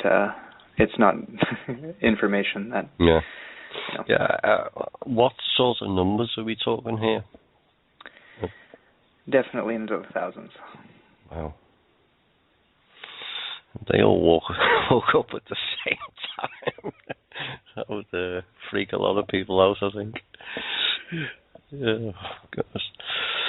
Not all of the, that doesn't necessarily mean that there's thousands of sites, but there's definitely thousands of them. The one site that we had, well over 20 in the one site, so. Again, I just thought of a question. Nasser Harriman, I saw him in Awake and Aware, and he said that, made a statement that in his opinion, the mountains or the volcanoes were like portals.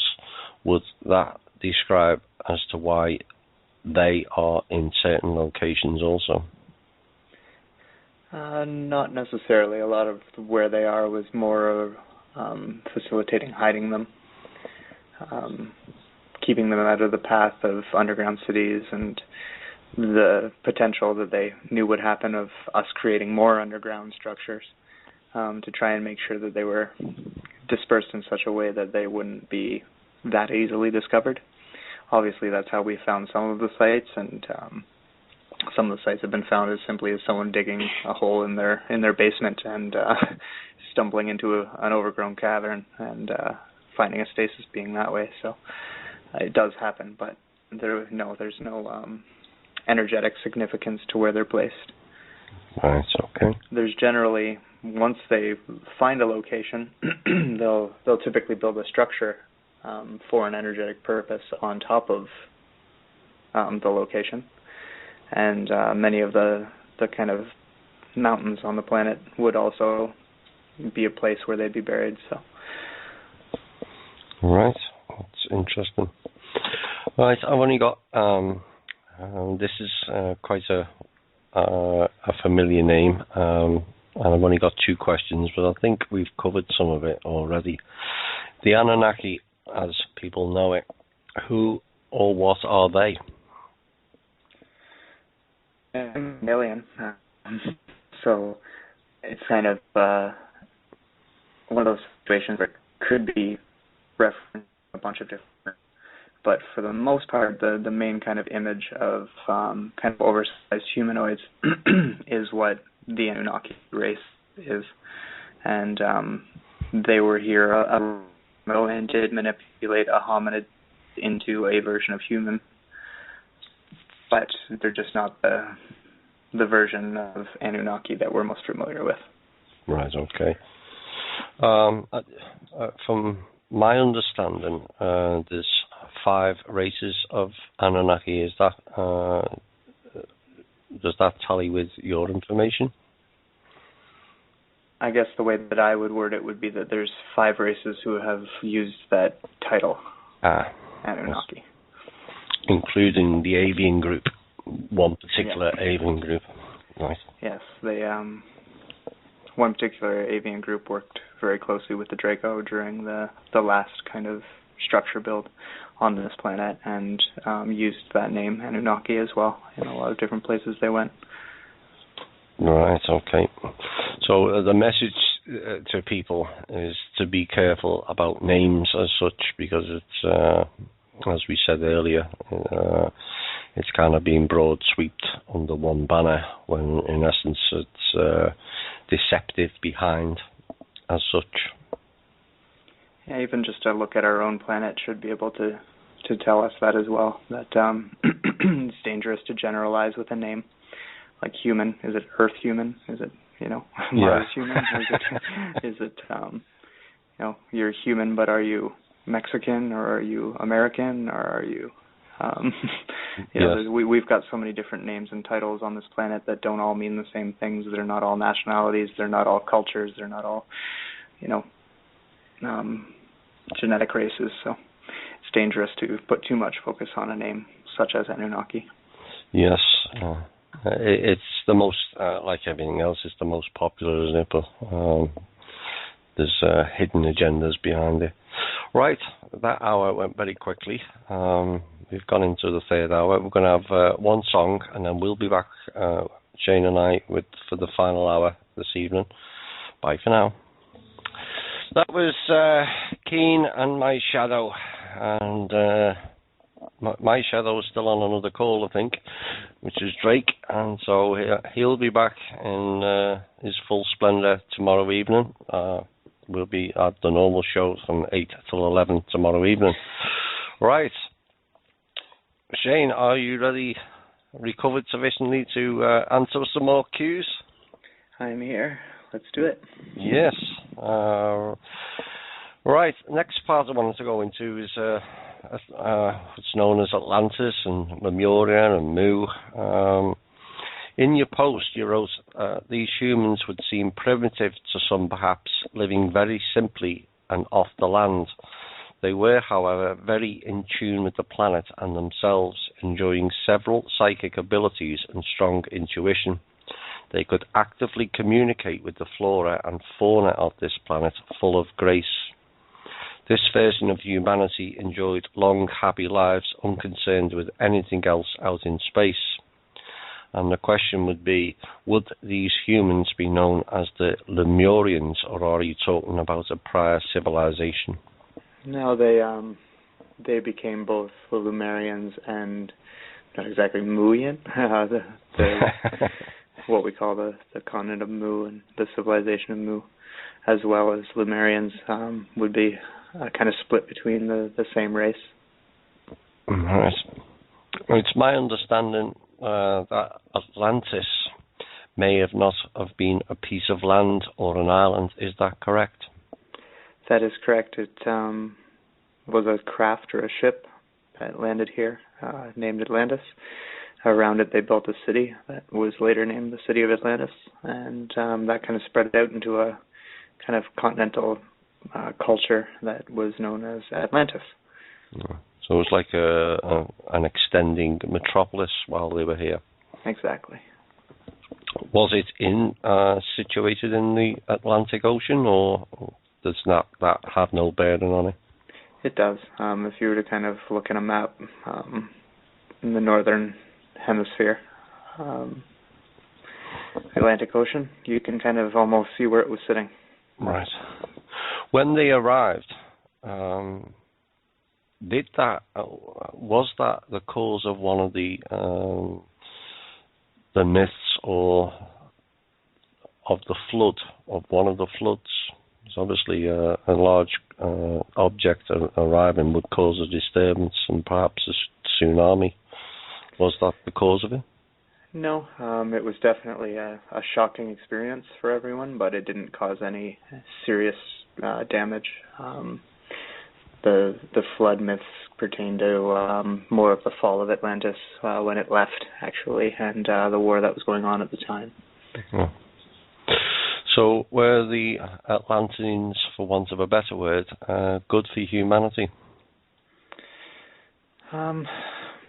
I think in hindsight it's easier to say no than it is to say yes, but they definitely started off with the intention to do good for humanity, and humanity definitely kind of opened their arms to them based on the assumption that what they were offering was beneficial. Mm. Just in hindsight, it became one of the occurrences of us taking technology further than we take our knowledge of nature for further generations that kind of existed after Atlantis started. They weren't being raised on, say, the old ways of being connected to nature. They were being raised on this new version of it where everything was technology and things were automated and looked after for them. Yeah, so that it's not. We're almost seeing that replicated, and we've warned of this on our show. Technology has to be in nature, in balance with nature, otherwise we fail again. We repeat past mistakes. Is that correct? Exactly correct. I don't like to give anyone the impression that technology is evil, because it's definitely not. There's a lot of uses and benefits, but our approach to it has to be using it as an accent on our lives, not as the base of our lives. We can use it to enhance as opposed to create. Yeah. So like to the energy machines, and there were some aspects of the replicator would be good. I'm not too sure a full rollout of replicators at this time would be good for humanity, because we've kind of been a bit greedy, for want of a better word, where we've got to have the latest toy or the latest gadget, and I don't think currently, until we take a step back from that, we're quite ready. Would that be your assessment? Yeah, I think that a step backwards is required before a step forward can be healthy. It's not a popular opinion, but it's definitely my opinion. I think that we've lost touch with a lot of our natural abilities that allow us to keep an upper hand over the technological abilities.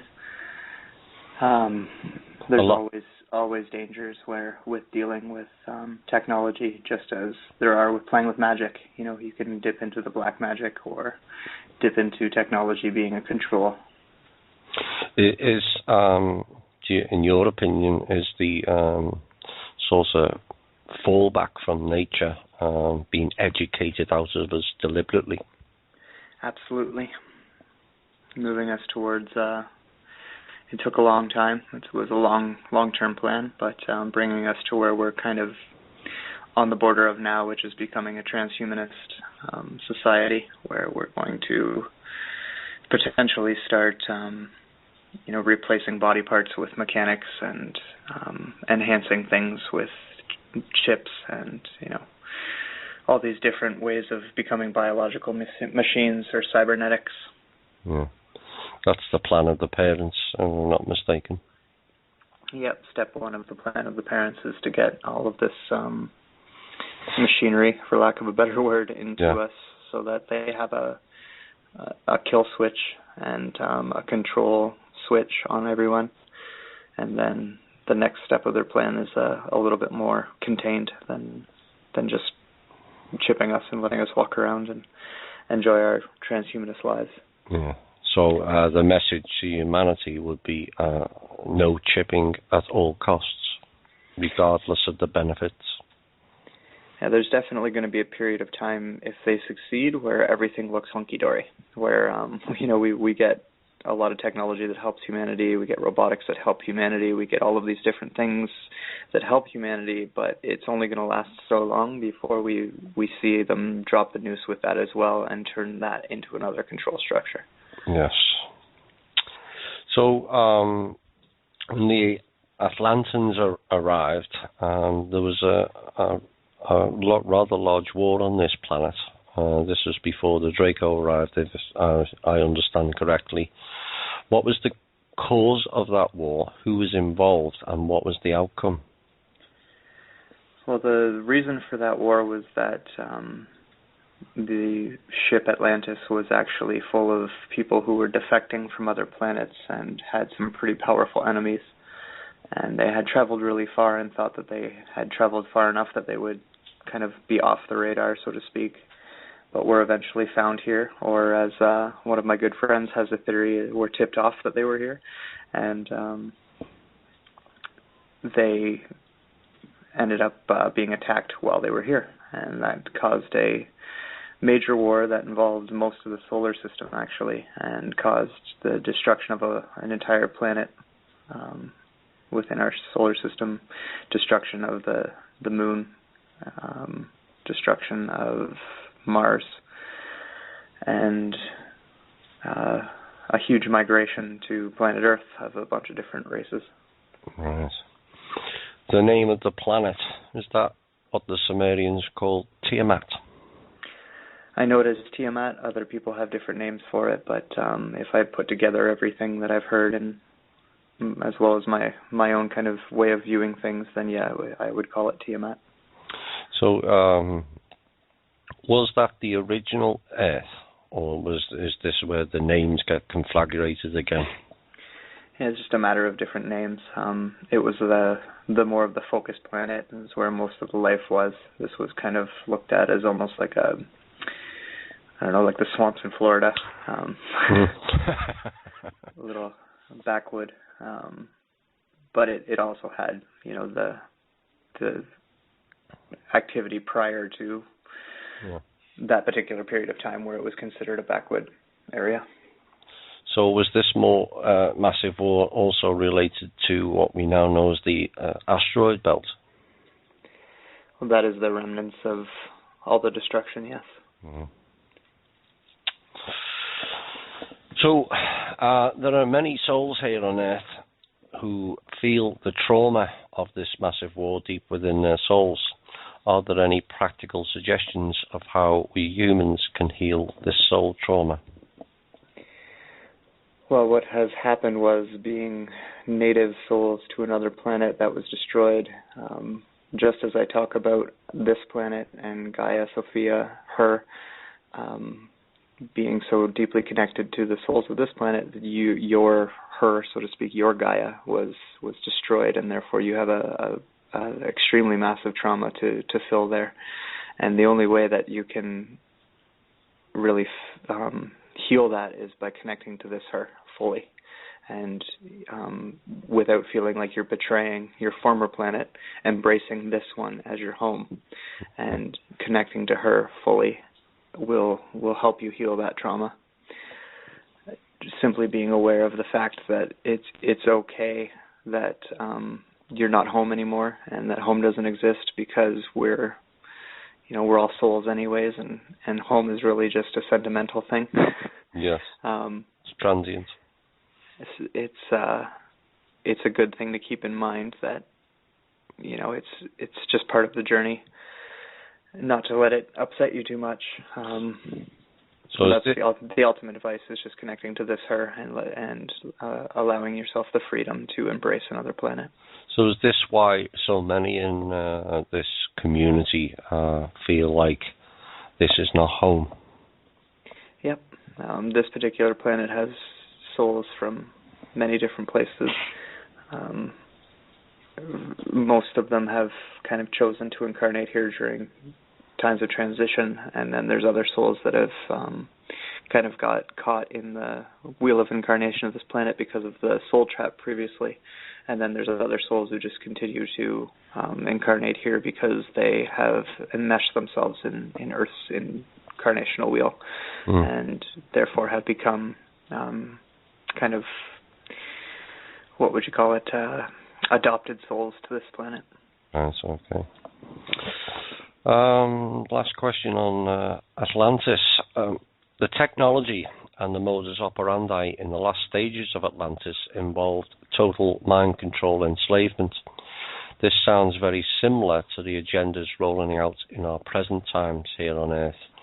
Is this a common cycle of history repeating itself until we consciously arise above the attitudes of competition and shift into a higher conscious awareness?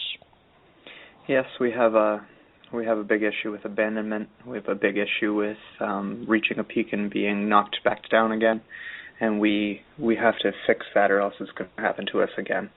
I think if given the choice today between being absolutely free and having another race come down and do what the Draco did, we would probably, unfortunately, end up choosing another race to do what the Draco did. A lot of these situations, they never start off as being, control structures. They eventually become that. And Atlantis is a good example of that. There's previous examples of that on this planet, and there's many examples of that on many other planets. So that is kind of, even in recent history, we've seen that happen with world leaders. So it's not a foreign concept to us at all.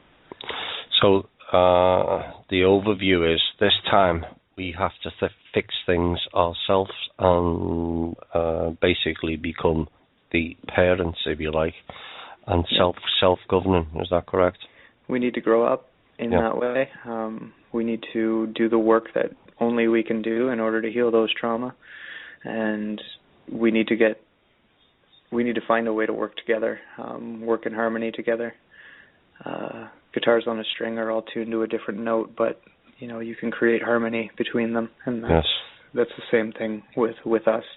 We can all be tuned to different notes, but we need to figure out a way to play in harmony. Yes, I agree. All right, where are we next? The Draco, if I'm not mistaken, have impersonated many of the Earth's teachers. Or was there other E3 races behind this impersonating, or was it always just the Draco? There have been other races who have done the same, yes. That's actually the war that I was talking about with the Draco right now, and another race near Sirius. That's what that is about. It is about a particular canine race who came down here and impersonated gods at one point in time, and upset the Draco in a massive way by doing so. So yes, there's been other races who have done it. Avians, we've mentioned, have impersonated other races. Obviously, Greys. They do that all the time, and it is kind of a common practice amongst ETs contacting humans who, don't have a lot of experience with dealing with extraterrestrials. Yeah. Do you know what happened to the original teachers? What do you mean by what happened to them? Do they still exist, or did they die in a battle, or are they just lost? A lot of them have, passed on from whatever body they were in at the time when they did their original teaching, and have incarnated, other places or here again. I wouldn't say that any exist in their original form at this point, besides impersonators. Right. Okay. I don't know that for sure. I just want to say this. I don't know for sure that there's not. I don't know. Perhaps this next question may help you. Do you feel these impersonators and what they did to the original teachers' teachings is still affecting humanity now? Absolutely. It's all of our religions. It's all of our belief systems. It's all of our different paradigms and memes. That they created that by twisting the original teachings. All right. Okay. So we touched on this before. As a question from one of our members, do you think that robotics will do a lot of productive work, and seeing it helping free mankind from excessive work and work hours? That's definitely a good use for them. There will be, like I mentioned earlier, a period of time where it will appear very benevolent that is what they're doing. It's just there's always, as long as there's a control structure in place, there's always a threat. So we need to start there by developing a new system that doesn't put control of the many in the hands of the few. Yes. And I think that if we were to, go all the way back to our natural abilities, robotics wouldn't necessarily be something that we even need. I think that there's other abilities that we possess as natural beings that could circumvent the use for machinery production in that way. So there's different paths you could take. I'm not going to say that as soon as you see the first robot, start packing your bags and running into the woods. That's not the case, but just always keep in mind that there's the potential, someone's controlling those robots. Yeah. I think my perspective, if we end the greed of consumerism, a lot of the need for this technology being forced upon us will not be required. Is that your opinion? Absolutely. We overconsume everything, so to even say that we need robotics in order to keep up with our consumption rate isn't valid. No. We could start by reeling back our consumption drastically and then reassessing whether or not we need to, farm in specific ways or create clothing in specific ways or whatever necessities we have. There may be natural ways, and whenever we reach a point where there's not natural ways, that's when we can consider robotics and machinery to help us accomplish that. As long as it's being done conscientiously, then it should be able to be controlled by humanity instead of controlling humanity.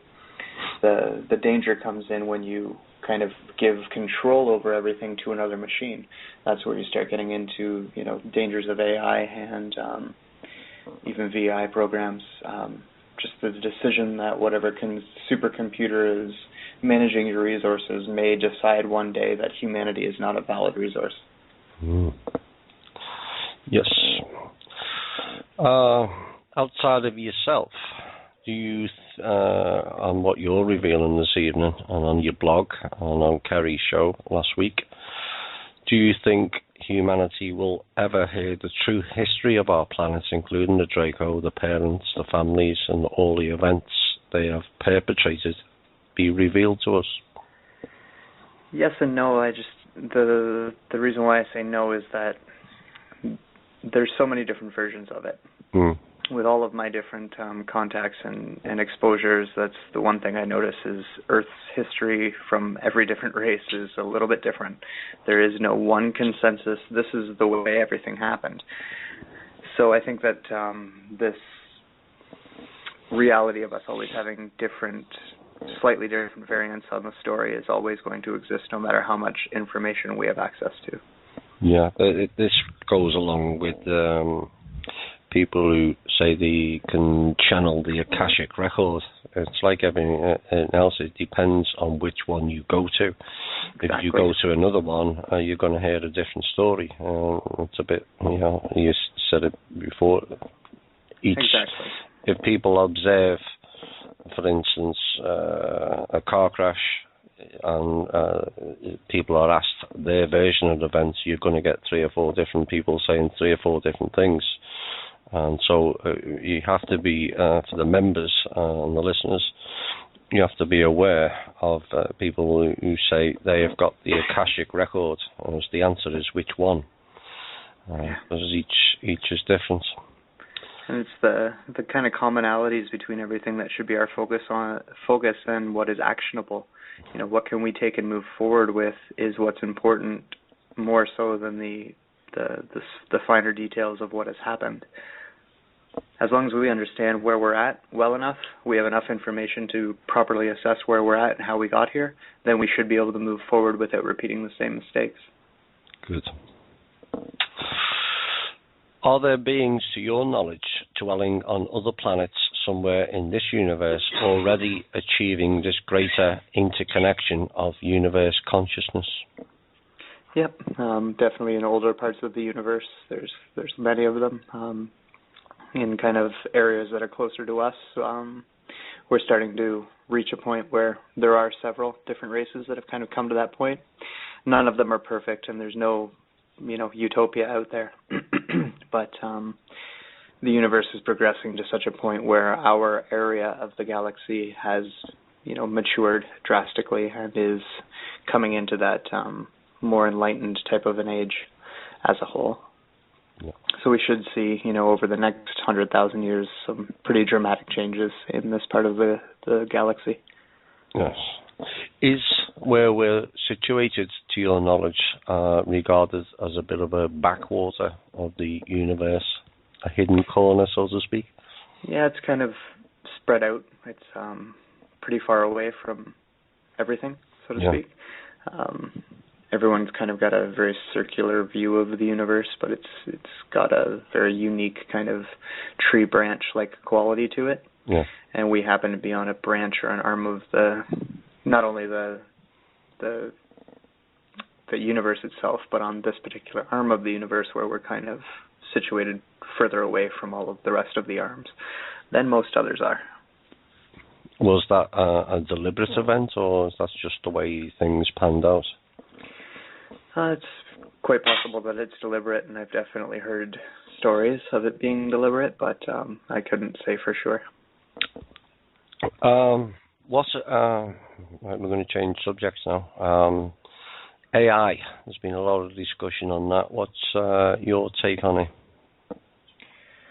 Well, as part of my own exposure, I was put in front of AI very often and very early into our development of it. So I have a pretty good overview of how it works on this planet, as well as my own kind of personal soul memories that exist beyond this planet. I'm pretty familiar with how that works, and I did write the blog about it where I said an unpopular idea that they're all connected in some way, that even when they're acting independently, acting in benevolent ways, they're still connected to a bigger source. Yes. And that kind of gives people the idea that what I'm saying is that they're all evil and that they all need to be avoided. That's not necessarily what I'm saying. Some of them can act very benevolently and appear very helpful. And maybe even with its own artificial mind, believe that it's doing good. But they're all powered or sourced from the same place, which is I call it a source AI. Other people will call it the universal AI. It's a hard one to take in a lot of the time when you get to that point. But as far as this planet goes, we have many different forms of AI running, and not all of them are evil and out to kill humanity right now. So there's a lot of contactees with AI technology who would have a fairly positive view of AI, and that's not necessarily to say that they're mistaken or trying to manipulate anyone. Yeah. It's just the AI that they've come in contact with happens to be a benevolently appearing AI. Right. So is the AI technology all ET, or do we have our own Earth versions of AI? We have our own Earth versions of AI. Just about every government has their own. Then the kind of one world government on top of that has their own. The Illuminati has their own. The actual parents and their part of the structure has their own. So. Is it correct that the money system is operated by, the global money system is operated by the AI? It is now. It was more based on a magic system for the longest time, but over the last 200 years, a lot of things have been changing, and over the last 50 years, that's been very drastic. And when it comes to the financial system, that's changed a great deal over the last 50 years as far as the top of the pyramid structure views things. Right. Right, we've heard a lot of talk about the wave. Does it exist from your knowledge?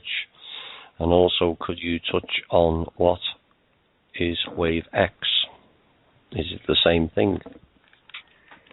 I've never actually listened to anyone who's reporting wave X speak themselves. All I've ever gathered is what other people have said, and I also just kind of a little deeper knowledge of the fact that the wave would be misrepresented. And so from what I hear from, the people who have listened to it, which is of course secondhand, wave X is not what I am talking about. Yeah. What I am talking about is something that's spreading out across the universe, that the best description I could give it would be a wave of energy. And it's kind of a ripple, and then the last ripple is the strongest. And so you get hit, each solar system gets hit by the smaller ripples until it gets to that final ripple, and then that's its full effect. So what it is a frequency that is coming across, and as it hits each different solar system, it influences the sun of each different solar system, which causes the sun to create its own frequency, which then spreads out through that solar system and creates a change of frequency in every planet within itself. Beneficial? That's the idea. In some places it wouldn't appear as beneficial, but the idea is to bring things back into balance. Right.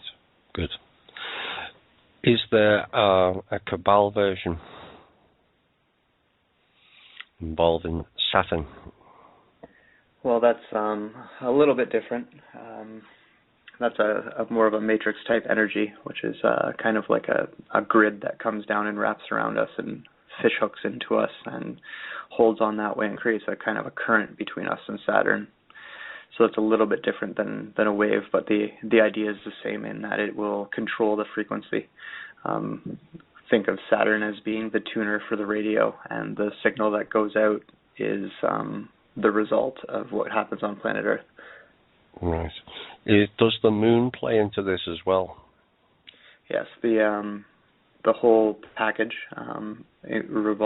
includes both the moon and Saturn. So the moon's been in place for a long, long time now. David Icke wrote a book about it, as well as many other people have talked about the moon matrix. So that's been in place for a long time, and Saturn kind of piggybacked off of that. It's kind of like a loop that travels through both of them. If you look at it the same way I described it, then the moon would then become the supercharger for Saturn's frequency generation. So my understanding that recently that's kind of been disrupted on the moon. Is that your understanding also?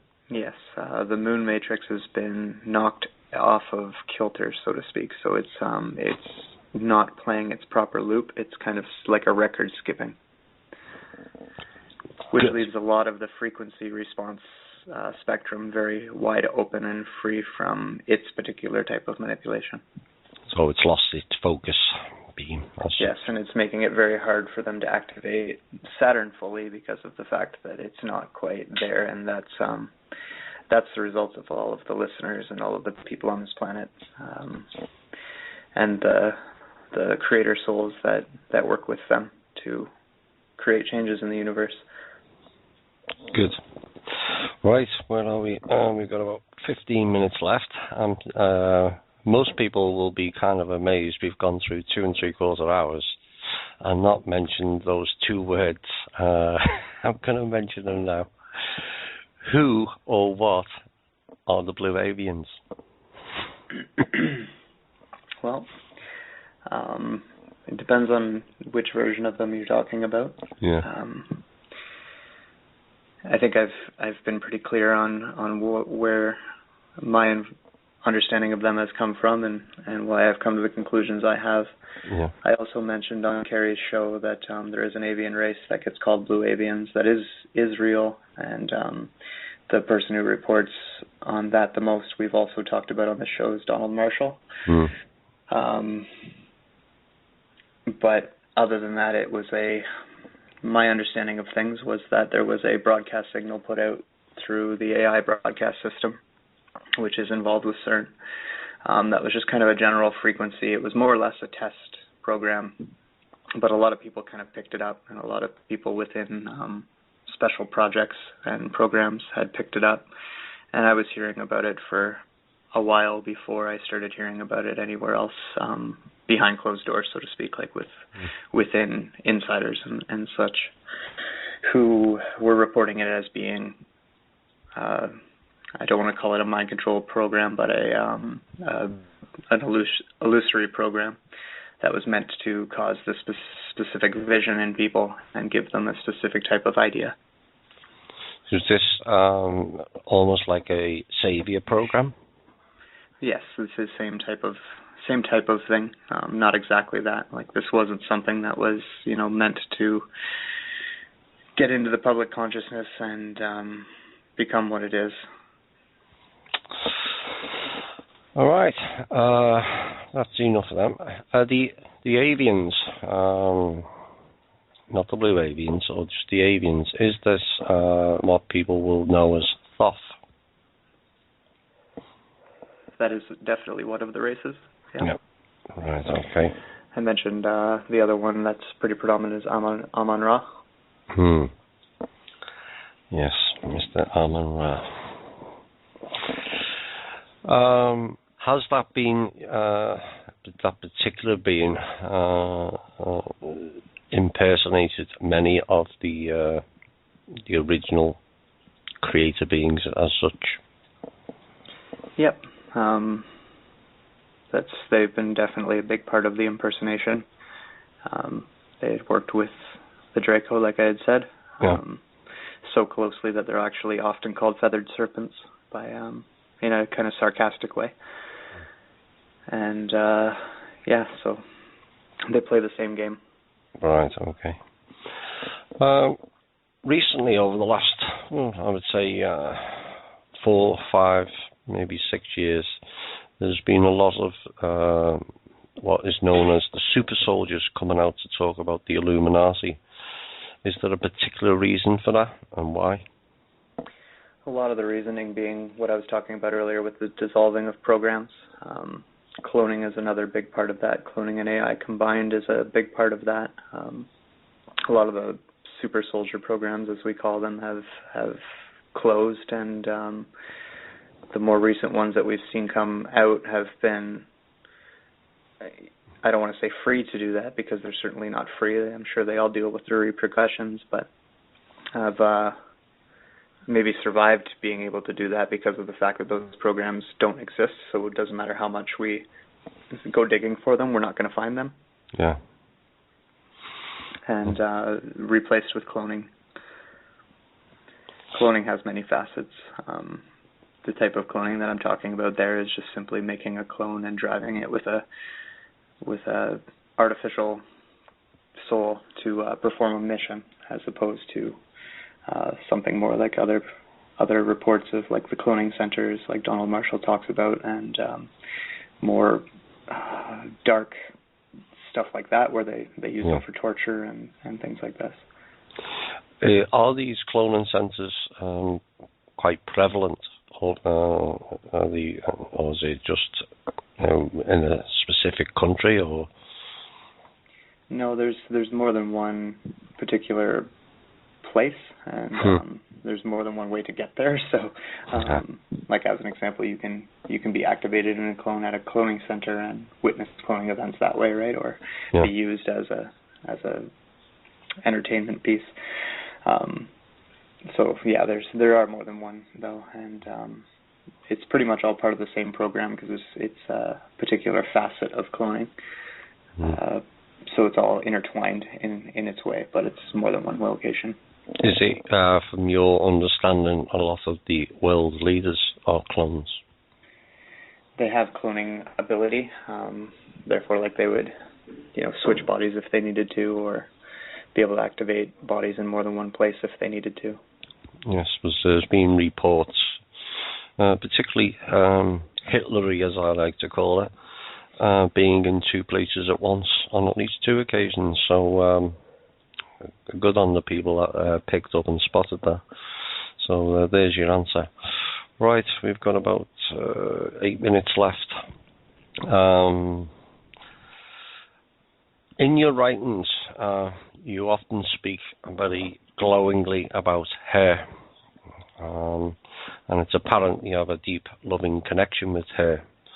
Would you like to share some of your experiences with this earth, also describing how you reconnect with her that may be useful to inspire others discovering their own reconnections with her? Well, she's always kind of whispering in your ear, so it's the first step is to start paying attention. The next step is kind of opening yourself to the experience. Someone like myself, I'm not, as a soul, I'm not from here, so this planet was not my home planet, and therefore she had no obligation to love me, let's say. And more or less asking for the dialogue is what opens it. Reaching out to her, listening for her whispers and reaching out when she does, and that will start the dialogue. And it is a dialogue. It's not one of those things where you plug in and you know everything. It's almost like a mentorship in itself, where she will be educating you daily and guiding you synchronistically daily towards where you need to be and what you need to experience in order to get to where you want to be. So best advice is just to open to it and humble yourself to the experience. What would you like to see unfold for her and for humanity's future? Just freedom, even if that's freedom to totally blow itself up. I just think that humanity deserves the chance to try doing things on their own without anything steering their direction for their own agenda.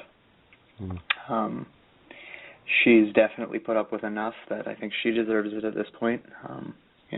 Enough of us damaging her. I think that one way or another she's going to get a break from all of that, but whether or not we're going to stick around for that ride is a choice that we have to make. And I really would like to see us make the right choice and be able to ride this wave into a future that sees us as being sovereign and free and connected with her and connected with everything and finally growing into our potential. Yes, I agree. What is your opinion on what is known as the transition?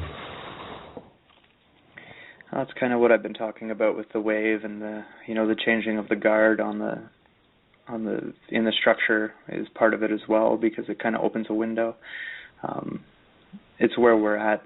Every planet, and especially this one, goes through these periods of transition, as we call it, because it's an opportunity for the timeline to solidify in one direction or the other. I shouldn't say one or the other, but to choose one of the potentials that it has been dreaming up over a period of time. That's what we call a time of transition, is a collapsing of those future potential waves. Are we? Do you have an understanding of timelines? Do they exist, and are we on a potential good timeline? Right now, we're leaning towards solidifying on a positive timeline. We haven't fully made that choice. It's a window of time that we're in the middle of. So we haven't landed on that, but we are kind of seeing the potential of what choosing that positive timeline could be.